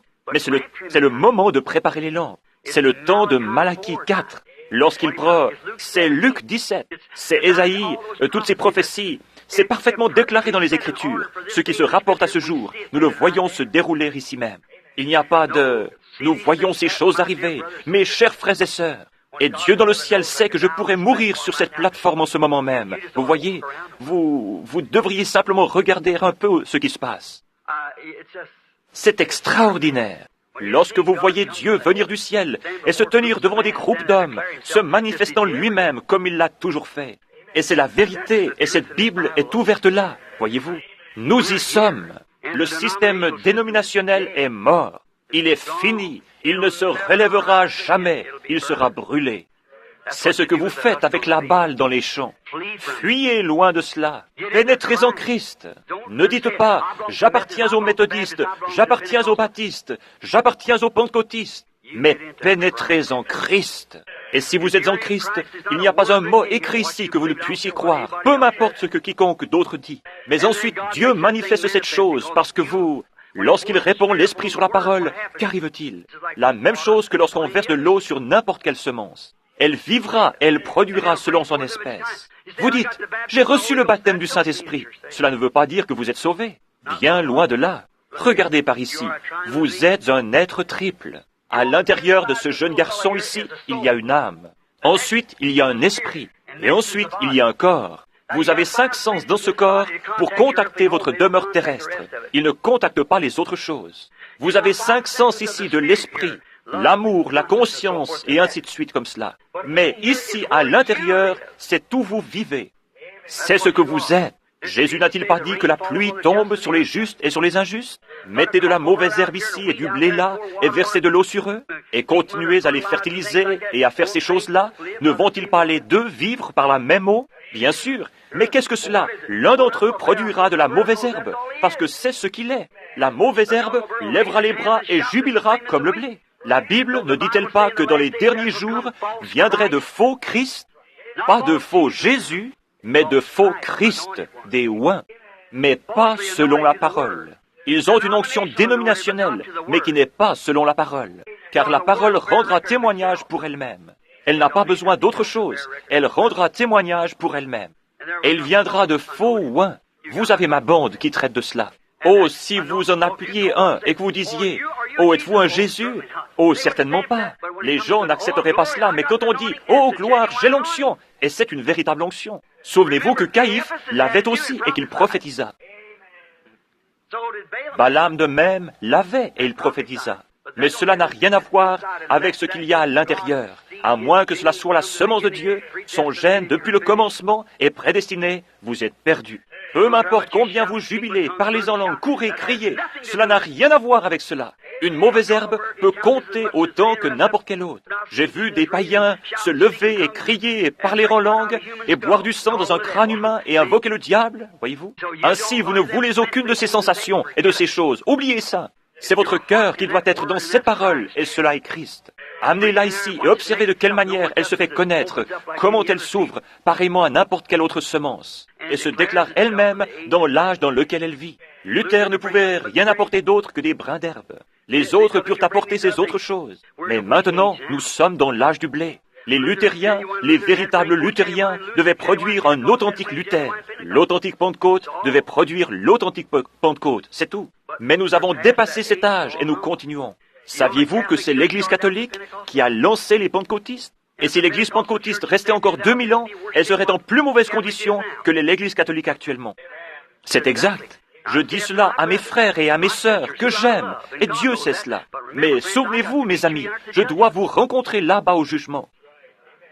Et cela ne sera peut-être pas long. Je dois rendre témoignage à la vérité. Lorsque je suis allé avec vous tenir des réunions et prier pour les malades, cela allait bien. Mais lorsque je suis venu avec un message, si un message est proclamé, si c'est un véritable message, accompagné de véritables et authentiques miracles de Dieu, et qu'il demeure dans cette organisation, vous savez qu'il n'est pas de Dieu. Parce que cette chose a déjà été annoncée. Jésus partit et alla guérir les malades afin d'attirer l'attention des gens. Ensuite vint son message. C'est vrai, il doit y avoir quelque chose que Dieu va introduire. La guérison divine, les miracles sont là pour attirer l'attention des gens. La chose principale au cœur de tout cela, c'est le message. Voilà quoi, c'est ce qui vient d'ici dedans. Il essaye d'obtenir la faveur des gens pour qu'ils s'arrêtent et l'écoutent. Voyez-vous, car il y en a quelques-uns là-dedans qui sont destinés à la vie. Une partie du blé tomba sur le sol, et les oiseaux le mangèrent. Une autre partie tomba parmi les épines, et une autre partie tomba dans un terrain qui avait été préparé d'avance, et elle se reproduisit. Premièrement, il y a un cri de commandement, puis une voix, et ensuite une trompette. Un cri de commandement, c'est un messager qui prépare les gens. La deuxième chose, c'est une voix de résurrection. C'est la même voix forte qui, dans Jean 11, 38 à 44, appela Lazare hors de la tombe. Le rassemblement de l'épouse, puis la résurrection des morts, pour être enlevé. Maintenant, observez comment les trois choses arrivent. Quelle est la chose suivante? C'est une trompette. Un cri de commandement, une voix, une trompette. La troisième chose est une trompette. Et c'est elle qui, à la fête des trompettes, a toujours appelé les gens à venir à la fête. Et il y aura le souper de l'épouse, le souper de l'agneau, avec l'épouse dans le ciel. La première chose qui se produit, c'est son message, qui appelle l'épouse à se rassembler. La chose suivante, c'est la résurrection de l'épouse qui dort, celle qui mourut dans les autres âges. Ils sont enlevés ensemble, et la trompette les appelle à la fête dans le ciel. C'est cela qui arrive, mes amis. Nous sommes là, prêts, maintenant. La seule chose que l'Église qui est sortie doit encore faire, c'est de rester au soleil pour mûrir. La grande moissonneuse viendra ensuite. Les tiges seront brûlées, mais le grain sera rassemblé dans le grenier, voyez-vous. Vous n'êtes pas des gens aveugles. Vous êtes des gens sensés. Et si j'étais ici et que je disais ces choses pour faire du tort, je dis cela parce que c'est la vie et parce que je suis responsable envers Dieu de dire cela. Et je dois le dire. Et mon message, pendant tout le temps où il y avait des guérisons et ainsi de suite, j'ai toujours su que cela était pour attirer l'attention des gens et que le message viendrait ensuite. Et le voici, ces 7 sceaux ouverts, ces mystères, montrant ces choses, voilà ce qui est arrivé. Je ne le savais pas, mais il y a ici des hommes qui étaient avec moi lorsque vous m'avez entendu prêcher ce sermon. Messieurs, quelle heure est-il? Et ce matin-là, à l'endroit exact annoncé d'avance, apparurent 7 anges qui venaient du ciel. Et alors qu'ils s'élevaient et que ce tourbillon les enleva, nous étions là les regardant partir. Et la science en prit une photographie au travers du pays jusqu'au Mexique. Et alors que j'observais, un jour quand j'ai commencé à prêcher sur les 7 âges de l'Église, j'ai appelé Jack Moore, qui est un grand théologien, et je lui ai dit, « Jack, qui est cette personne qui se tient là? Il y a quelqu'un ressemblant au Fils de l'homme qui est debout là, avec des cheveux aussi blancs que la laine. » C'était un homme jeune. Comment pouvait-il avoir des cheveux aussi blancs que la laine? Il me dit, « Frère Branham, c'était son corps glorifié. » Cela ne sonna pas juste. Mais lorsque je suis allé dans ma chambre et que j'ai commencé à prier, il me fit savoir ce que c'était. J'ai toujours prêché qu'il était Dieu, pas simplement un homme. Il était Dieu, manifesté dans la chair. Dieu, l'attribut de l'amour de Dieu, les grands attributs de Dieu qui sont descendus et qui se sont révélés ici sur la terre. Jésus était l'amour de Dieu, lequel forma un corps dans lequel Jéhovah lui-même vécut. Il était la plénitude de la divinité corporellement. Ce que Dieu était, il le manifesta au travers de ce corps. Ce corps devait mourir afin qu'il puisse laver l'épouse avec son sang. Et notez que l'épouse n'est pas seulement lavée, pardonnée, mais elle est aussi justifiée. Voyez-vous, avez-vous déjà essayé de voir ce que le mot justifié veut dire? Par exemple, si frère Green apprenait que je buvais, que je faisais de vilaines choses, et qu'ensuite il découvre que je ne les avais pas faites, et qu'il vienne me dire, « Je vous pardonne, frère Branham. » Vous me pardonnez? Je ne l'ai jamais fait. De quoi me pardonnez-vous? Voyez-vous? Mais si je suis coupable, alors je peux être pardonné. Mais je ne suis pas encore justifié parce que je l'ai quand même fait. Mais le mot justifié signifie comme si vous ne l'aviez jamais fait du tout.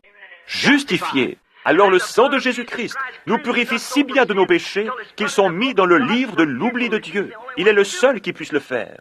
Nous ne le pouvons pas. Nous pouvons pardonner, mais pas oublier. Je peux vous pardonner, mais je me souviendrai toujours que vous avez fait ces vilaines choses. Alors vous n'êtes pas justifié, vous êtes pardonné. Mais aux yeux de Dieu, l'épouse est justifiée. Elle ne l'a jamais fait pour commencer. Amen. Elle se trouve là, unie au Fils de Dieu vertueux, sans avoir jamais péché. Pourquoi? Elle était prédestinée. Elle fut prise au piège dans ceci. Et maintenant, quand elle entendit la vérité et qu'elle s'est avancée, le sang l'a purifiée. Et elle se tient là vertueuse. Voyez-vous, il n'y a aucun péché du tout sur elle. C'est pourquoi le message appelle l'épouse à se rassembler. Voyez-vous, le cri de commandement et la trompette. Ce matin-là, il cria d'une voix forte, et cette voix réveilla Lazare. D'une voix forte, il cria, « Lazare, sors !»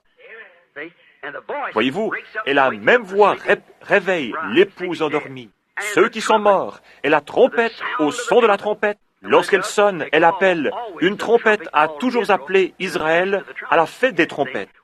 Ce qui était la fête de Pentecôte, la grande fête dans le ciel, et la fête des trompettes. Une trompette annonce un rassemblement. C'est un appel à la fête.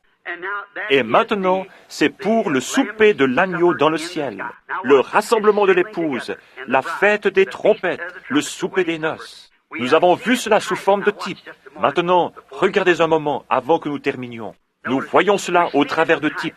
Si vous voulez lire dans Matthieu 18:16, il est dit qu'il y en a 3 qui rendent témoignage. Voyez-vous, dans 1 Jean 5:7 et ainsi de suite. 3 est toujours un témoignage. Est-ce vrai? C'est une vérification, quelque chose qui est juste. 3 témoins rendent que par la bouche de 2 ou 3 témoins, toute parole soit établie. Nous avons eu 3 témoignages. 3 est un témoignage. Nous avons déjà eu 3 enlèvements dans l'Ancien Testament. Saviez-vous cela? Comme témoignage. Maintenant, observez bien. Enoch en était un. Élie était l'autre et Jésus est le 3e. Jésus étant la clé de voûte, il rend témoignage. Il était la clé de voûte entre l'Ancien et le Nouveau Testament. parce qu'il devait premièrement mourir et ensuite être enlevé.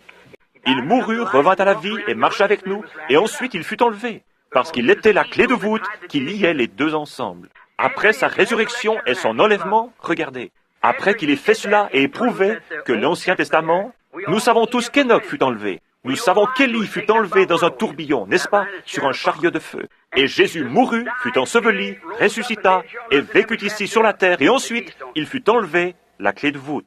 Il y en a 3 pour rendre témoignage, est-ce vrai?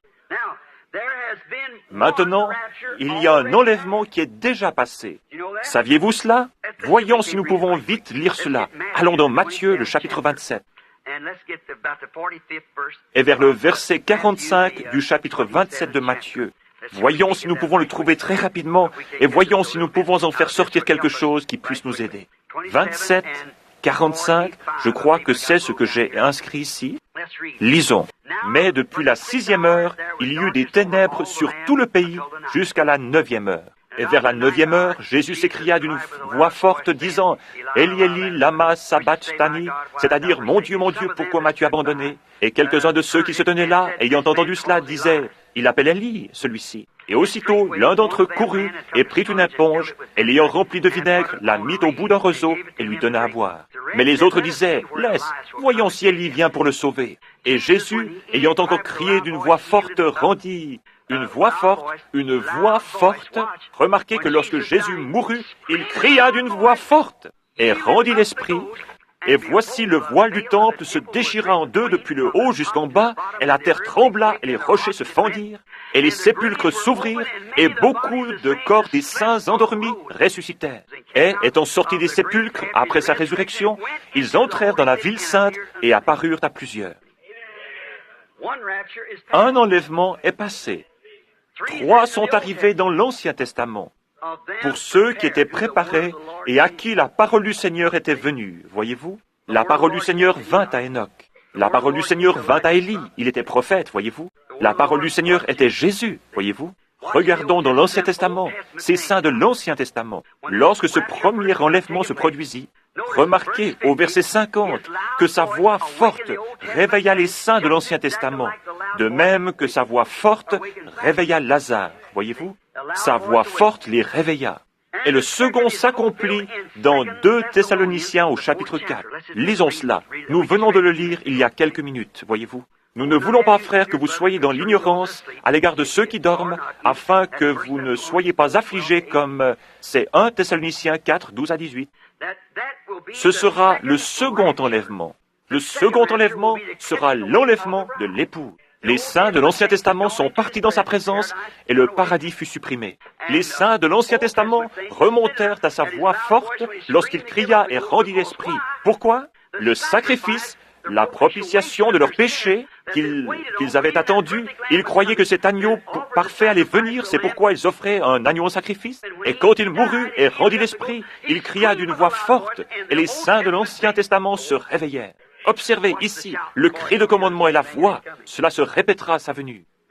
Voyez-vous, il rendit l'esprit, et quand il le fit, le sacrifice était alors parfait, et le paradis se vida. Les saints de l'Ancien Testament revinrent sur la terre, ils marchèrent sur la terre, et entrèrent avec lui lors de son enlèvement. David dit ici, « Élevez-vous, portails éternels, élevez-vous !» Il a emmené captive la captivité, et a donné des dons aux hommes. Quand les saints de l'Ancien Testament entrèrent avec lui, ils dirent, « Qui est ce roi de justice? L'Éternel de gloire, puissant dans la bataille. » Et ils entrèrent en marchant. Jésus a emmené captive la captivité. Et le voici qui vient avec les saints de l'Ancien Testament. Et ils entrèrent dans les nouveaux portails là-bas et ils dirent, « Portes, élevez vos têtes, et élevez-vous, portails éternels, et le roi de gloire entrera. » La voix venant de l'intérieur dit, « Qui est ce roi de gloire? L'Éternel, puissant dans la bataille. » Portes s'ouvrirent immédiatement, et Jésus le conquérant emmena captive la captivité. Et ceux qui avaient cru en lui et à qui la parole était venue, les saints de l'Ancien Testament étaient couchés là et attendaient. Il emmena captive la captivité. Et il s'éleva. Il prit les saints de l'Ancien Testament et ils entrèrent. Il y a un enlèvement qui est déjà passé. L'enlèvement suivant, comme décrit dans 2 Thessaloniciens, est pour l'Église l'épouse. Elle doit ressusciter d'abord pour être enlevée dans la gloire. Nous les vivants qui demeurerons, c'est le corps qui est laissé ici sur la terre. Nous ne devancerons aucunement ou ne ferons pas obstacle à ceux qui se sont endormis, car la trompette de Dieu sonnera premièrement et les morts en Christ ressusciteront, voyez-vous. Puis nous, les vivants qui demeurerons, nous serons ravis ensemble avec eux. L'autre jour, je me tenais au coin de la rue. Je me tenais au coin de la rue et je regardais le défilé du jour de l'armistice. Et quand il monte à la rue, j'étais là avec mon jeune fils Joseph. Premièrement, ce furent les vieux tanks de la première guerre qui passèrent, de vieux petits tanks. Après cela vinrent les gros tanks Sherman de la nouvelle guerre et les grands canons avec leurs bouches à feu et ainsi de suite. Avec leurs bouches à feu et ainsi de suite. Après cela vinrent les soldats et les mères de l'étoile dorée. Et ensuite vint un char qui portait sur la partie avant un cercueil pour commémorer la mort du soldat inconnu. Un soldat se tenait là faisant la garde. Il y avait un fusilier marin d'un côté et un marin de l'autre. Une requête était écrite et de l'autre côté, une mère de l'étoile dorée était assise. Elle avait perdu son garçon. Il y avait aussi une jeune femme qui pleurait, la tête penchée sur une table. Un petit garçon en haillons était assis à côté, des larmes coulant sur son visage. Il avait perdu son papa. Je pensais, quelle tristesse. Alors que je me tenais ici, regardant cela, je vois ces quelques soldats âgés qui marchent là tout estropiés, mais montrant avec fierté leur uniforme, parce qu'ils sont américains. Je pensais, oh mon Dieu, un jour, il y aura une déflagration qui viendra du ciel. Et les morts en Christ ressusciteront premièrement. Ces saints de l'Ancien Testament qui attendent là-bas une déflagration sortiront de là premièrement pour rentrer dans la résurrection. Nous nous mettrons en ligne et nous irons dans les cieux. Ces vieux corps mortels changés, devenus semblables au corps de sa gloire. Quel défilé ce sera quand il commencera à se diriger vers le ciel un de ces jours, dans ce temps de l'enlèvement qui est devant nous. Oh, montrant fièrement le sang de Jésus-Christ sur leur poitrine, le message de Dieu de l'heure dans laquelle ils vivaient. C'est le moment que nous attendons, frères. Maintenant, regardez, pour terminer, la seconde résurrection, la première est passée, la seconde est proche maintenant. La troisième est celle des deux témoins d'Apocalypse 11, versets 11 et 12. Ce sont eux qui retournent avec l'Esprit de Christ pour témoigner aux Juifs comme Joseph le fit pour ses frères. Et vous vous souvenez qu'une fois morts, leurs corps restèrent exposés dans les rues pendant 3 jours et demi. Ensuite, l'Esprit de vie vint en eux et ils furent enlevés, ravis dans le ciel. Voilà vos 3 enlèvements du Nouveau Testament. 3 enlèvements dans l'Ancien Testament, tous sont passés. Maintenant, nous sommes prêts, attendant l'enlèvement des saints. Cela a été prononcé et cela sera ainsi. Lorsque Dieu dit quelque chose, les cieux et la terre passeront, mais cette parole ne faillira jamais.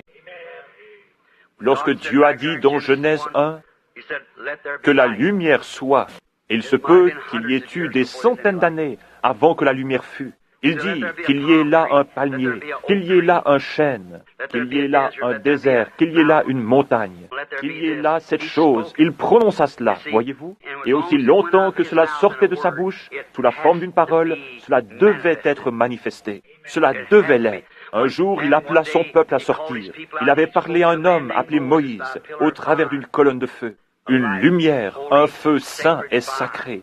Le peuple ne voulait pas croire Moïse. Il dit alors, amène-les vers cette montagne. Ce matin-là, la montagne était enflammée, et il y avait des éclairs et du tonnerre. Et le peuple dit, ne laisse pas Dieu nous parler, mais que Moïse parle, de peur que nous périssions. Dieu dit, je ne leur parlerai plus comme ceci, mais je vais leur susciter un prophète. Et je parlerai au travers de lui, et si ce qu'il dit arrive, alors écoutez-le, parce que je suis avec lui. Il a prononcé cela, il a dit que cela arriverait. Regardez le prophète Ésaïe, c'était un homme intelligent. Un homme qui avait l'estime du roi Osias, parce qu'il avait vécu avec lui. Or, le roi Osias était un grand homme, mais il essaya une fois de prendre la place d'un prédicateur. Et il entra dans le temple, il fut alors frappé de la lèpre. Et c'est ce que j'ai dit aux hommes d'affaires, n'essayez jamais de prendre la place d'un prédicateur. Non, monsieur, restez à l'endroit où vous êtes, voyez-vous. Faites votre travail, ce que Dieu vous a dit de faire. Si vous êtes un doigt, vous ne pourrez jamais être une oreille. Et si vous êtes une oreille, vous ne serez jamais un nez, ou un nez, un œil, voyez-vous. Restez à votre place. Vous avez entendu l'autre jour le message qui a été diffusé. Essayez de rendre un service à Dieu. David, le roi oint, et tout le peuple jubilait et criait que c'était juste. Mais il n'avait pas consulté le prophète de Dieu. Et un homme mourut et tout fut gâché. N'essayez pas de faire une faveur à Dieu. Attendez que les conditions de Dieu soient remplies. Laissez-le arriver selon sa façon de faire. Je commencerai cette grande chose, cela produira ceci. Oh, sois prudent, frère. David savait mieux faire que cela. Nathan était dans le pays en ce temps-là. On ne le consulta même pas. Voyez-vous, il consulta les capitaines de centaines et de milliers. Tout le peuple jubila, poussa des cris et dansa et...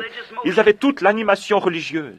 Mais cela n'était pas dans la ligne et dans l'ordre de la parole de Dieu. Et cela échoua. Toute autre chose qui n'est pas dans la ligne et dans l'ordre de la parole de Dieu échouera. Seule la parole de Dieu demeurera à jamais. Le ciel et la terre passeront, mais pas ma parole. Remarquez Ésaïe, ce jeune homme intelligent qui était là. Tout à coup, l'esprit le frappa. Il ne pouvait rien dire de différent. Il était prophète. Il dit, « Voici, une vierge concevra. Car un fils nous est né, un enfant nous est né, un fils nous est donné. On l'appellera conseiller, prince de paix, Dieu fort, Père éternel. Le gouvernement sera sur son épaule. Son règne n'aura pas de fin. Son règne n'aura pas de fin. » Comment cet homme pouvait-il dire intelligemment qu'une vierge concevrait? Tout le monde s'attendait à cela. Cela avait été prononcé, c'était ainsi dit le Seigneur. Cela devait arriver, parce que c'était la parole de Dieu, la même parole que Dieu dans la Genèse avait prononcée lorsqu'il planta ses semences sous la mer, quand la terre était informe et vide et que les eaux étaient sous l'abîme. Cela devait arriver. Mais un jour, 800 ans plus tard, le sein d'une vierge conçut la semence de Dieu, une semence créée. Elle enfanta un fils. Ce même fils se tint là un jour et dit, « Lazare, sors !» Et cet homme qui était mort depuis 4 jours et qui était en train de se décomposer, son nez se creusant et qui sentait mauvais, sortit. Il dit, « Ne vous étonnez pas de cela, car l'heure vient. » Amen. Où tous ceux qui sont dans les sépulcres entendront la voix du Fils de Dieu. Ainsi, cela a été prononcé. Cela doit arriver. Il va y avoir un enlèvement. Oh là là, je me souviens de mon dernier message en Californie, où je pensais ne jamais retourner. Lorsque je prédis que Los Angeles irait au fond de l'océan, et ainsi dit le Seigneur, cela arrivera. Elle est finie, elle est ruinée, elle est perdue. À quel moment? Je ne sais pas, mais elle sombrera. Juste après que les tremblements de terre auront commencé à produire des secousses et des tremblements. Vous vous souvenez, beaucoup d'hommes qui sont là étaient présents? Le jour où l'ange descendit et que cette lumière et ce feu tombèrent du ciel autour de ce rocher alors que nous nous tenions là, et que ces rochers étaient projetés de la montagne et tombaient tout autour de nous, et il y eut 3 fortes déflagrations. Je dis, le jugement frappera la côte ouest. 2 jours après, l'Alaska sombra presque. Souvenez-vous que le même Dieu qui a annoncé cela a dit que Los Angeles est condamné. Elle est finie. Je ne sais pas quand, je ne peux pas vous le dire. Je ne savais pas que j'avais dit cela. Mais je crois que c'est ce frère qui est ici. Non, c'est un des Mosley. Je crois qu'il était avec moi là-bas dans la rue. Je ne savais pas ce que c'était, jusqu'à ce que j'ai regardé dans l'Écriture où Jésus a dit « Capernaum, Capernaum, combien de fois ?» Plutôt, toi qui t'es élevé jusqu'au ciel, tu seras abaissé jusqu'au séjour des morts. Car si les miracles qui ont été faits au milieu de toi avaient été faits dans Sodome, elles subsisteraient encore aujourd'hui. Et environ 150 ans plus tard, Sodome était déjà dans la terre. Capernaum est aussi dans l'eau aujourd'hui. Et ce même Esprit de Dieu qui a dit et fait toutes ces choses, a déclaré là-bas, « Ô cité de Capernaum, toi qui t'élèves, toi qui t'appelles du nom des anges, Los Angeles, comme tu t'es élevé jusqu'au ciel. » La racine même est le siège de Satan, voyez-vous, tu t'es élevé. C'est un cimetière pour les prédicateurs. Des hommes bons vont là-bas et ils meurent comme des rats. Quel dégât! Toi qui t'appelles du nom des anges, si les œuvres puissantes qui ont été faites au milieu de toi avaient été faites dans Sodome, elles subsisteraient aujourd'hui, mais ton heure est venue. Regardez et voyez, si ce n'est pas cela, je suis un faux prophète. Voyez-vous, elle est là, elle se trouve là. Je me souviens de cette nuit. Avant que j'aie vu cela, j'eus la vision préalable de l'épouse. Je me tenais là et j'ai vu une très belle jeune fille, correctement vêtue, qui marchait dans cette direction. Il y avait quelqu'un debout près de moi dans la vision de l'épouse et des voix disaient « C'est la vision préalable de l'épouse ». Je la vis passer à côté de moi. Elle vint de ce côté et tournait. Alors j'entendis l'église qui venait de cet autre côté. L'église d'Asie s'avança. Oh, quelle corruption! Puis l'Église européenne vint. Oh là là! Et ensuite, j'entendis un air de rock'n'roll. Et c'était Miss Amérique, l'Église. Et elle ne portait même pas d'habit. Elle tenait devant elle du papier gris, comme des journaux, et elle dansait le rock'n'roll. Miss Amérique, l'Église. Je me tenais là, dans sa présence. Je pensais, oh Dieu, comme prédicateur, si c'est cela le mieux que nous avons pu faire. Oh, vous savez comme vous vous sentez. Ensuite, je pensais, oh Dieu, cache-moi. Si je pouvais seulement m'éloigner d'ici, si après tout ce que nous avons fait, c'est là le résultat, si c'est ce que c'est. Et ensuite, ces femmes passèrent devant moi, faisant toutes sortes de balancements. Elles avaient les cheveux courts et des visages fardés, comme elles passaient devant moi comme cela, et dire qu'elles étaient censées être des vierges pour Christ. Et lorsqu'elles passèrent devant moi comme cela, je détournai la tête. Vous savez, avec tenant cela devant moi, c'était scandaleux de voir leur dos. Elles allaient comme cela, et je détournai la tête pour pleurer. Je ne pouvais pas supporter cela plus longtemps. Lui se tenant là, et moi sachant que j'étais prédicateur de l'Église, et que c'était ce que j'avais produit pour lui. Je dis, oh Dieu, je ne peux pas regarder cela. Laisse-moi mourir. Laisse-moi disparaître. Et aussitôt que cela partit, chaque fois que l'une d'elles venait, elle repartait vers un certain endroit et disparaissait vers le bas, et je n'entendais plus que le bruit qu'elle faisait en s'en allant. Et ensuite, j'entendis la mélodie de « En avant, soldats chrétiens ». Je regardais, c'était ce groupe de jeunes filles sanctifiées. Elles étaient exactement comme elles se présentaient au début, toutes vêtues correctement, leurs cheveux tombant jusqu'en bas de leur dos, paisibles et propres, marchant comme ceci au pas de l'Évangile. Elle était la parole. Et il semblait qu'il y en avait une de chaque nation. Je regardais et je les vis passer devant moi. Au lieu de descendre, elles commencèrent à monter. Je remarquai que l'une d'entre elles essayait, que 2 ou 3 d'entre elles essayaient, sortaient du rang. Je m'écriai, « Restez en ligne !» Et la vision me quitta. Je me tenais debout dans cette chambre en train de crier, « Restez en ligne !» Je me demande, cela pourrait-il s'être déjà passé? L'épouse pourrait-elle être déjà appelée? Est-ce cela que nous traversons aujourd'hui? Elle doit être façonnée et faite à l'image de Christ. Et Christ est la parole. C'est la seule chose. Vous voyez, c'est là-dedans, dans la parole. C'est simplement, vous voyez, on ne peut pas y ajouter une seule chose. Il ne peut pas y avoir une femme avec une main comme un homme et de l'autre côté une patte comme un chien. Ce doit être exactement la parole du Seigneur, comme lui est la parole. L'épouse est une partie de l'époux. La femme est une partie de son mari, parce qu'elle est tirée du mari. Ève était sortie du côté d'Adam, et c'est ainsi qu'elle épouse. Elle n'est pas tirée d'une dénomination, mais elle est tirée du sein de la parole de Dieu pour ce jour. L'enlèvement, la trompette du Seigneur sonnera, les morts en Christ ressusciteront, et ils partageront la gloire de sa résurrection. Lorsque ceux qu'il a choisis se rassembleront à leur demeure au-delà du ciel, lorsque l'appel retentira là-bas, essayons tous d'y être, mes amis. Que Dieu vous bénisse. Cela a été prononcé, cela doit arriver. Cela arrivera. Et mes amis, personne ne désire mourir. Personne ne désire être perdu. Laissez-moi vous dire, quoi que vous fassiez, peu m'importe avec quelle assiduité vous allez à l'église et combien vous lui êtes fidèle. C'est bien, je n'ai rien à contre. Vous devriez aller à l'église. Faites cela, continuez à aller à l'église. Mais quoi qu'il en soit, jetez au loin vos traditions et allez en Christ. Parce que cela va sonner un de ces jours. Vous serez alors surpris avec la marque de la bête sur vous, réalisant trop tard ce que c'est. C'est exactement cela. Que Dieu vous bénisse. Je regrette de vous avoir gardé si longtemps. Je vous ai gardé trop longtemps, c'est vrai. Et l'offrande que vous avez recueillie pour moi, que je ne vous avais pas demandé, frère, c'est de la courtoisie. Prenez plutôt cet argent pour payer à ce motel les heures supplémentaires que j'ai utilisées. J'avais juste quelque chose ici. J'ai environ 8 à 10 pages supplémentaires sur cet enlèvement. Mais je n'ai pas le temps de vous les donner. Que Dieu vous bénisse. Aimez-vous le Seigneur Jésus? Restons tranquilles une minute maintenant, dans la paix et le respect, et souvenez-vous de ce que j'ai dit. Souvenez-vous que nous sommes dans les dernières heures.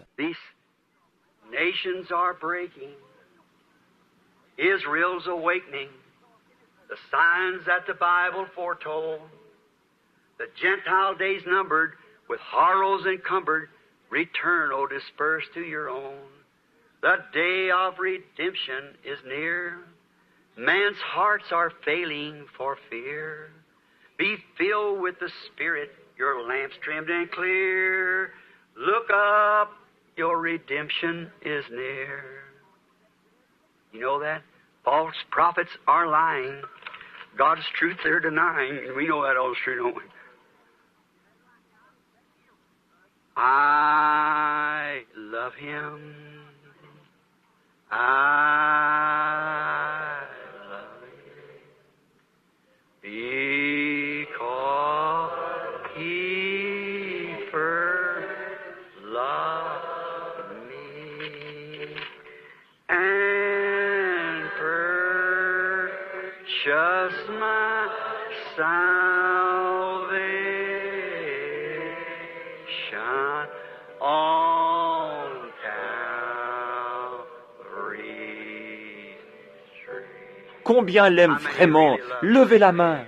Je désire maintenant, pendant que nous chantons ceci de nouveau, que vous serriez la main à quelqu'un qui est près de vous et disiez « Que Dieu vous bénisse, pèlerins ». Nous sommes des pèlerins, n'est-ce pas? Des pèlerins et des étrangers. I love Him. That's it, right across the table. I love Him because He first loved me and purchased my salvation on